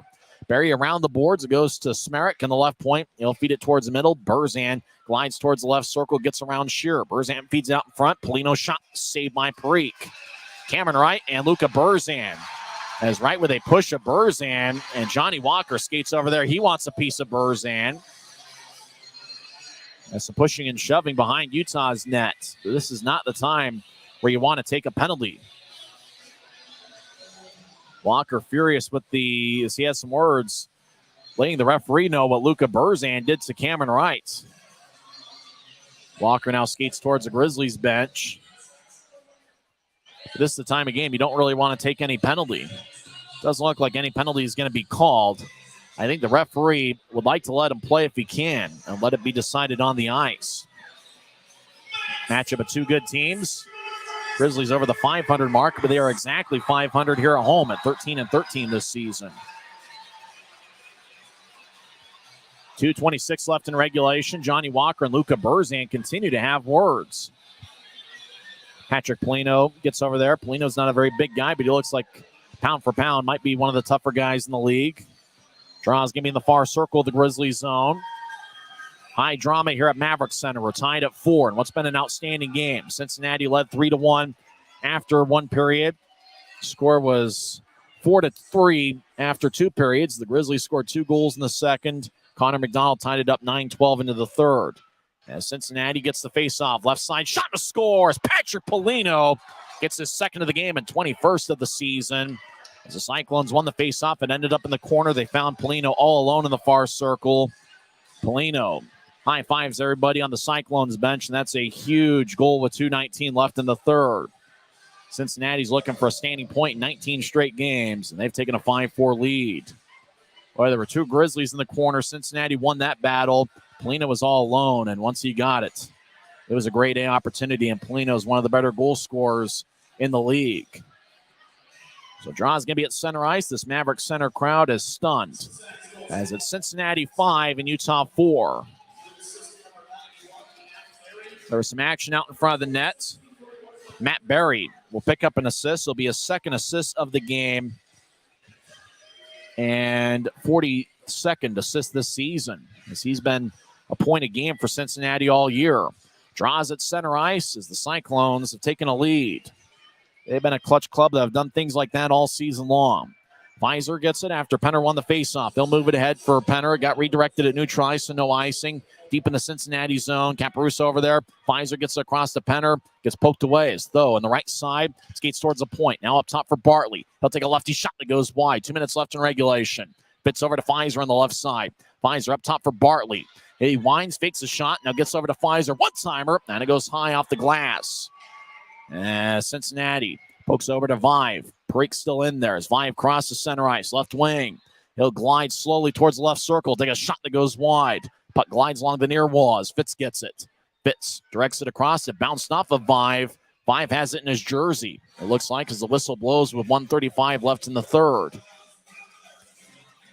Vive had it caught in his jersey. He gives it to the linesman. Tries going to be at neutral ice. Preak is still in there. Cincinnati 5, Utah 4. As Patrick Polino scored from the left circle. His second of the game and 21st of the season with Matt Berry, the former Grizzly, who's got 2 assists tonight. And Cincinnati's hoping it's the game-winning assist. Johnny Walker got a 10-minute misconduct, 17:41 in, so he's out for the rest of the game. As Utah wins the faceoff, Preak's still in there. Sure, now behind Preak as Utah skates from right to left. Far wing pass to McDonald. He'll glide across center ice. Preak's going to skate towards the bench. As Preak's still in there, Cincinnati gets the puck. They lift it high into the air, goes to center ice. McDonald gathers it. Preak is still in there. 1:13 left in the third. Cincinnati leads 5-4. Sure over to McDonald at center ice. McDonald crosses center. Now to Sekos. Preak skates off the ice. 6-on-5. Utah's net's empty. Sekos gets pushed along the near boards. Over to the corner. Cincinnati battles. Martel in the area. Goes to Sure. Hits the stanchion. Sure keeps it in. He'll move it ahead along the near wall to Wright, who gets held up. Wright trying to get to Martel. Bounced off a Cincinnati stick. Now the Cyclones trying to clear it out of the zone, and they do as it goes into the Grizzlies zone. 45 seconds left in regulation. Puck goes back to Connor McDonald. Left wing pass to Martel. Martel gains the line and gets hit by Berzola. Martel tried to nudge it to Sekos, and it goes out to center ice again. Though back in the Grizzlies zone, 32 seconds. As Though skates down the middle, 28 seconds. Though lifts it in the air. St. Clair kicks it to the corner. Cincinnati bouncing off a right. It exits the zone. Cyclones cross center ice. Caparuso feeds it across the Vive. Less than 20 seconds left. Grizzlies get it. They fall down at center ice. Though tries to dump it in. Smerek feeds it to center ice. Cincinnati gets it. They fire towards the empty net and they miss. No icing, and Druziak gets it right side. Less than 10 seconds left. He'll get to Vive. Right side. He'll take a shot and he scores. And his baby's in the refrigerator as Justin Vive gets an empty net goal from the right circle, his 30th of the season. And the Cyclones are going to get a standing point in 19 straight games as they lead 6-4. Boy, once Preak came off for the extra skater, Grizzlies just couldn't get that shot that they were looking for. Cincinnati did an outstanding job keeping everything towards the boards. Cyclones earned the 2 standings points tonight, and I think everybody in attendance can see why the Cyclones are one of the best teams in the league, as they're Kelly Cup championship contenders, and they've got the second best record in the league.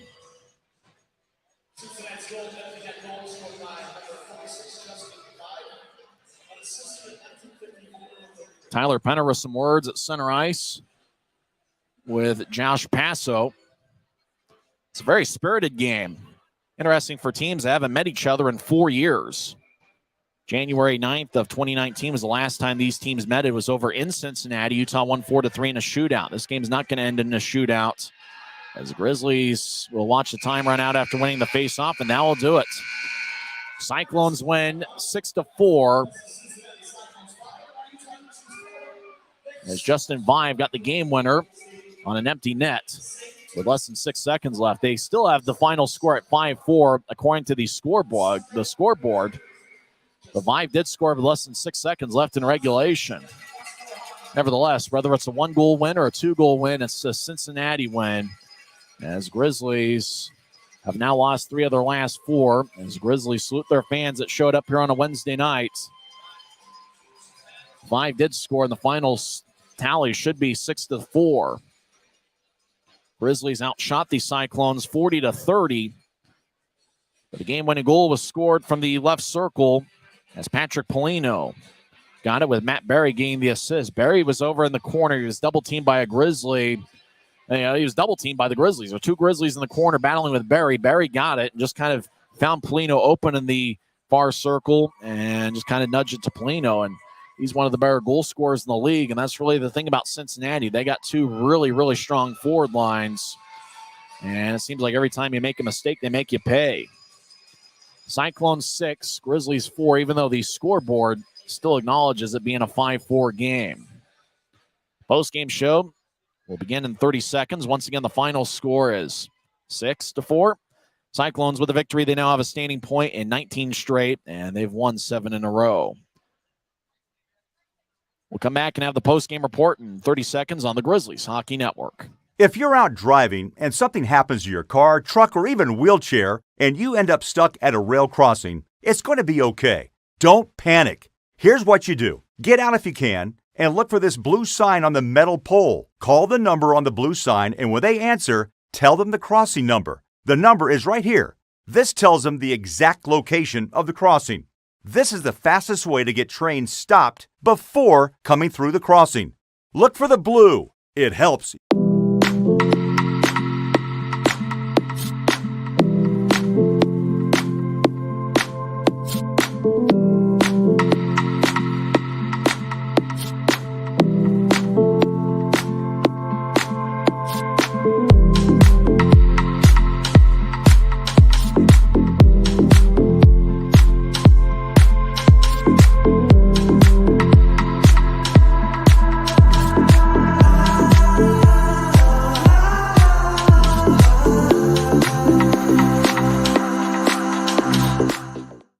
Seems to be very strange. We're not sure what the final score is. Is it 5-4 or is it 6-4?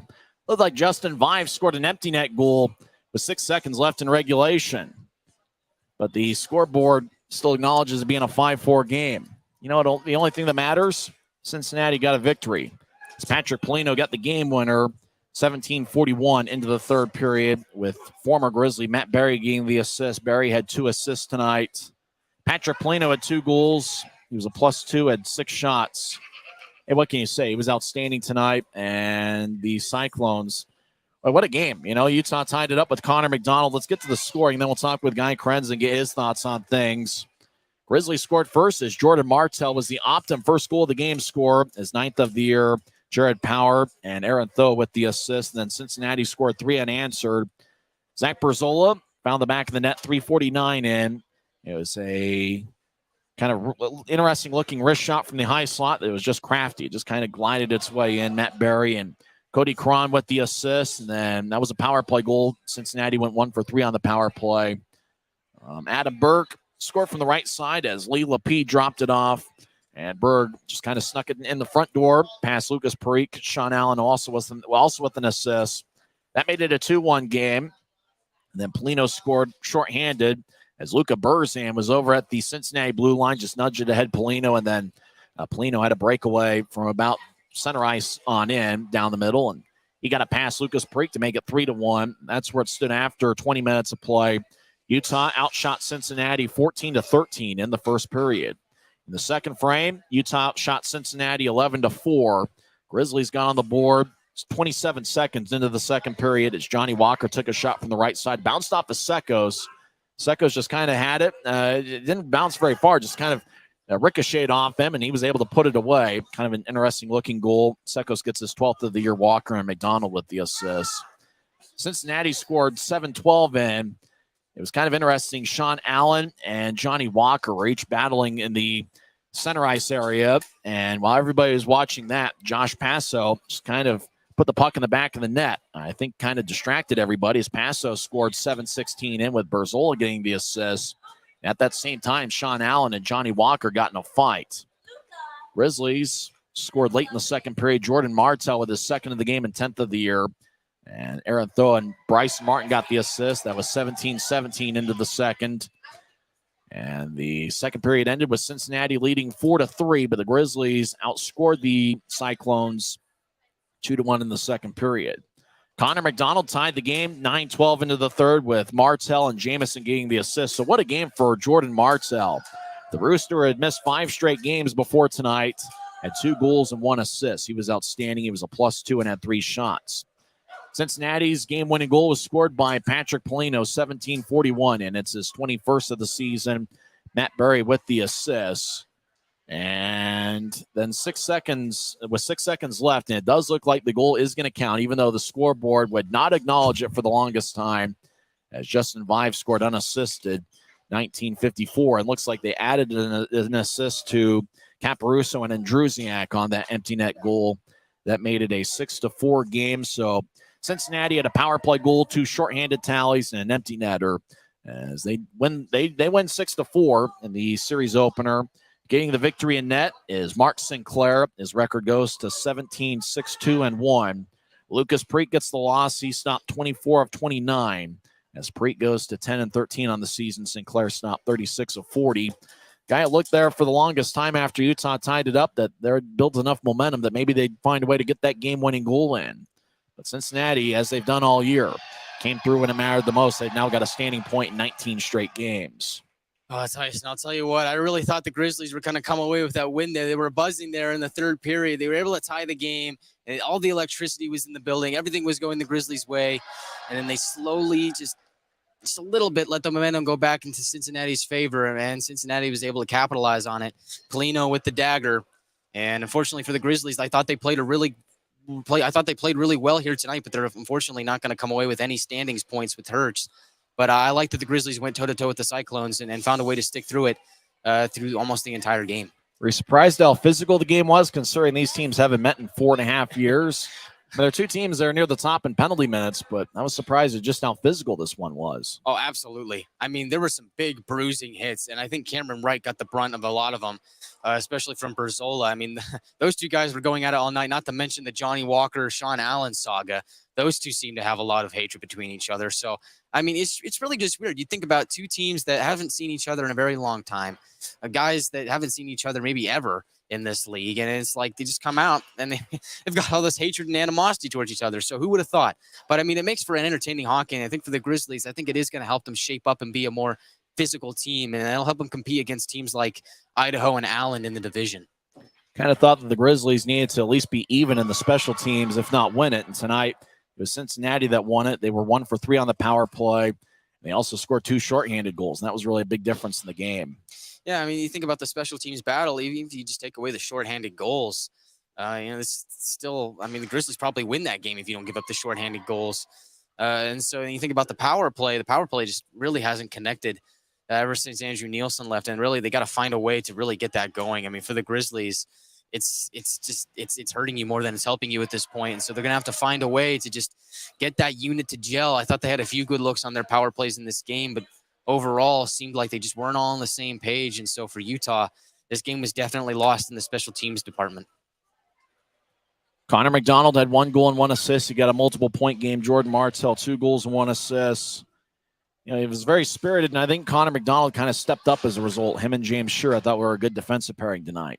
Yeah, I thought they had a really good game. I thought Connor McDonald, I mean, he has the goal here tonight, which is really nice to see. A guy that doesn't really score all that often, but he really also made some great defensive plays, as did James Shearer. I can think about the wraparound that Cincinnati had behind Parikh that McDonald was there to shut down, as was Shearer was on a few occasions. So really good defensive pairing. I really thought that the Grizzlies, after the first period, tightened up defensively and played a really strong defensive game afterwards. Just a few minor mistakes cost them the game. Down low in the corner, Barry sends it out in front, and Polino is just wide open. So tough break for the Grizzlies there. But aside from that, I really thought that they played a tight defensive game after giving up the 3 unanswered goals. To put a number to it, Connor McDonald and James Shearer reach a +2 for Utah this evening. Well, the middle game is going to be interesting. It's going to be military night. There's going to be a lot of spirit, a lot of energy in the building, a lot of patriotism, and I'm really looking forward to it. It's going to be a lot of fun. Grizzlies are going to be wearing specialty jerseys for the occasion. They'll be auctioned off on the Dash Auction app. And don't forget, it's also an AFCU Friday, so you can watch it at an affordable price with AFCU Fridays. Tickets start just $8 when you pay using your AFCU debit or credit card at the Maverik Center box office. That's the middle game of the series, and then Sunday at 3:10. We did see a little bit of WWE. Sean Allen it was the works there in the second period. He did everything after that fight with Johnny Walker, kind of reminiscent of what we'll see here on Saturday night with WWE. It certainly was. I mean, a good fight, a lot of theatrics afterwards. And I think him and Johnny Walker had a full-on conversation for the entire 2 minutes afterwards. And they were certainly chirping each other. So that is definitely not over. And I think you got to come down to Maverik Center to not only see WWE, but come see the Grizzlies and the Cincinnati Cyclones play, surprisingly, a physical series. Yeah, should be a lot of fun. Don't forget that the homestand continues even after Cincinnati leaves town, as Wichita will be here March 29th, 31st, and April 1st. And Wichita got a 3-2 overtime victory over Iowa. Idaho defeated Allen 5-3. So as it stands right now, it's Wichita in second place by themselves in the Mountain Division with 63 standings points. Tied with 62 points. Let's see, we got an updated standings. The Thunder have 63 points there in second place. Americans and Mavericks are tied for third with 62 points, and the Grizzlies are in fifth place by themselves with 61 points. Rapid City is in sixth place. They're 2 behind Utah with 59 points this season. So it'll be interesting to see how the rest of this one shapes up. And, it'll be interesting to see Idaho and Allen the rest of this week. And obviously we're going to be scoreboard watching Wichita the rest of this week, headed into next week with that big 3-game series here at Maverik Center. Well, Guy, you'll be with me tomorrow on Friday. You had a little bit of fun calling a game there, recording it. How did that go? I think it went pretty well. A lot of action, really. I mean, that pass goal really threw me off. I mean, you had that goal down there and then the fight here and then a lot of action on both ends. But I thought it was a really fun game to call. A lot of physicality, a lot of goals, and that's all you can ask for. Yeah, I didn't even notice the goal scored, to be honest. I didn't notice the fight. So, I mean, one of us got it, and the other got the other thing. So, I think we did okay in that. I got to be honest. That was maybe my worst broadcast all year. I was absolutely terrible tonight. I got to bounce back on Friday. But good thing is you'll be joining us on Friday, and we'll have a good time here in the middle game of the 3-game set. Let's get to the 3 stars of the game before we leave. It was certainly tough tonight, as by the time the stiff that makes the 3 stars did it, the score was tied. Third star, Patrick Polino, who had 2 goals, was a +2 and had 6 shots. He's the number 3 star. Jordan Martell with 2 goals and 1 assist. He's the number 2 star. And Zach Berzola with 1 goal and 1 assist. He's the number 1 star of the game. It would be interesting to see what happens on Friday. After watching Cincinnati tonight, it seems like a team that's pretty complete with good forwards, a defensive unit that really works the puck around pretty well. They got solid goaltending. Looks like they're going to be a tough opponent here the rest of the series. They're an all-around good team, Tyson. They're good defensively. They're good offensively. Special teams showed out here tonight. But I think the thing that we proved here tonight was that the Grizzlies can go toe-to-toe with a team like the Cincinnati Cyclones. And I think they're able to do that because they spent so much time playing the Idaho Steelheads, who are also a really good team. So I think maybe that Steelheads experience kind of shaped the Grizzlies into what they are, and they're able to compete with teams like Cincinnati. So coming into this game, there was a lot of question marks about this series, a lot of question marks about how the Grizzlies might play against an opponent like Cincinnati. Right now, I think I got to say I'm pretty confident in the Grizzlies' ability to at least come away with a win here in this series against Cincinnati. Military night and an AFCU Friday here. It's going to be a lot of fun. Friday night's going to be very spirited. The second game of the 3-game set between the Grizzlies and Cincinnati Cyclones. I want to call them the Kansas City Mavericks. We haven't played Cincinnati in a long, long time.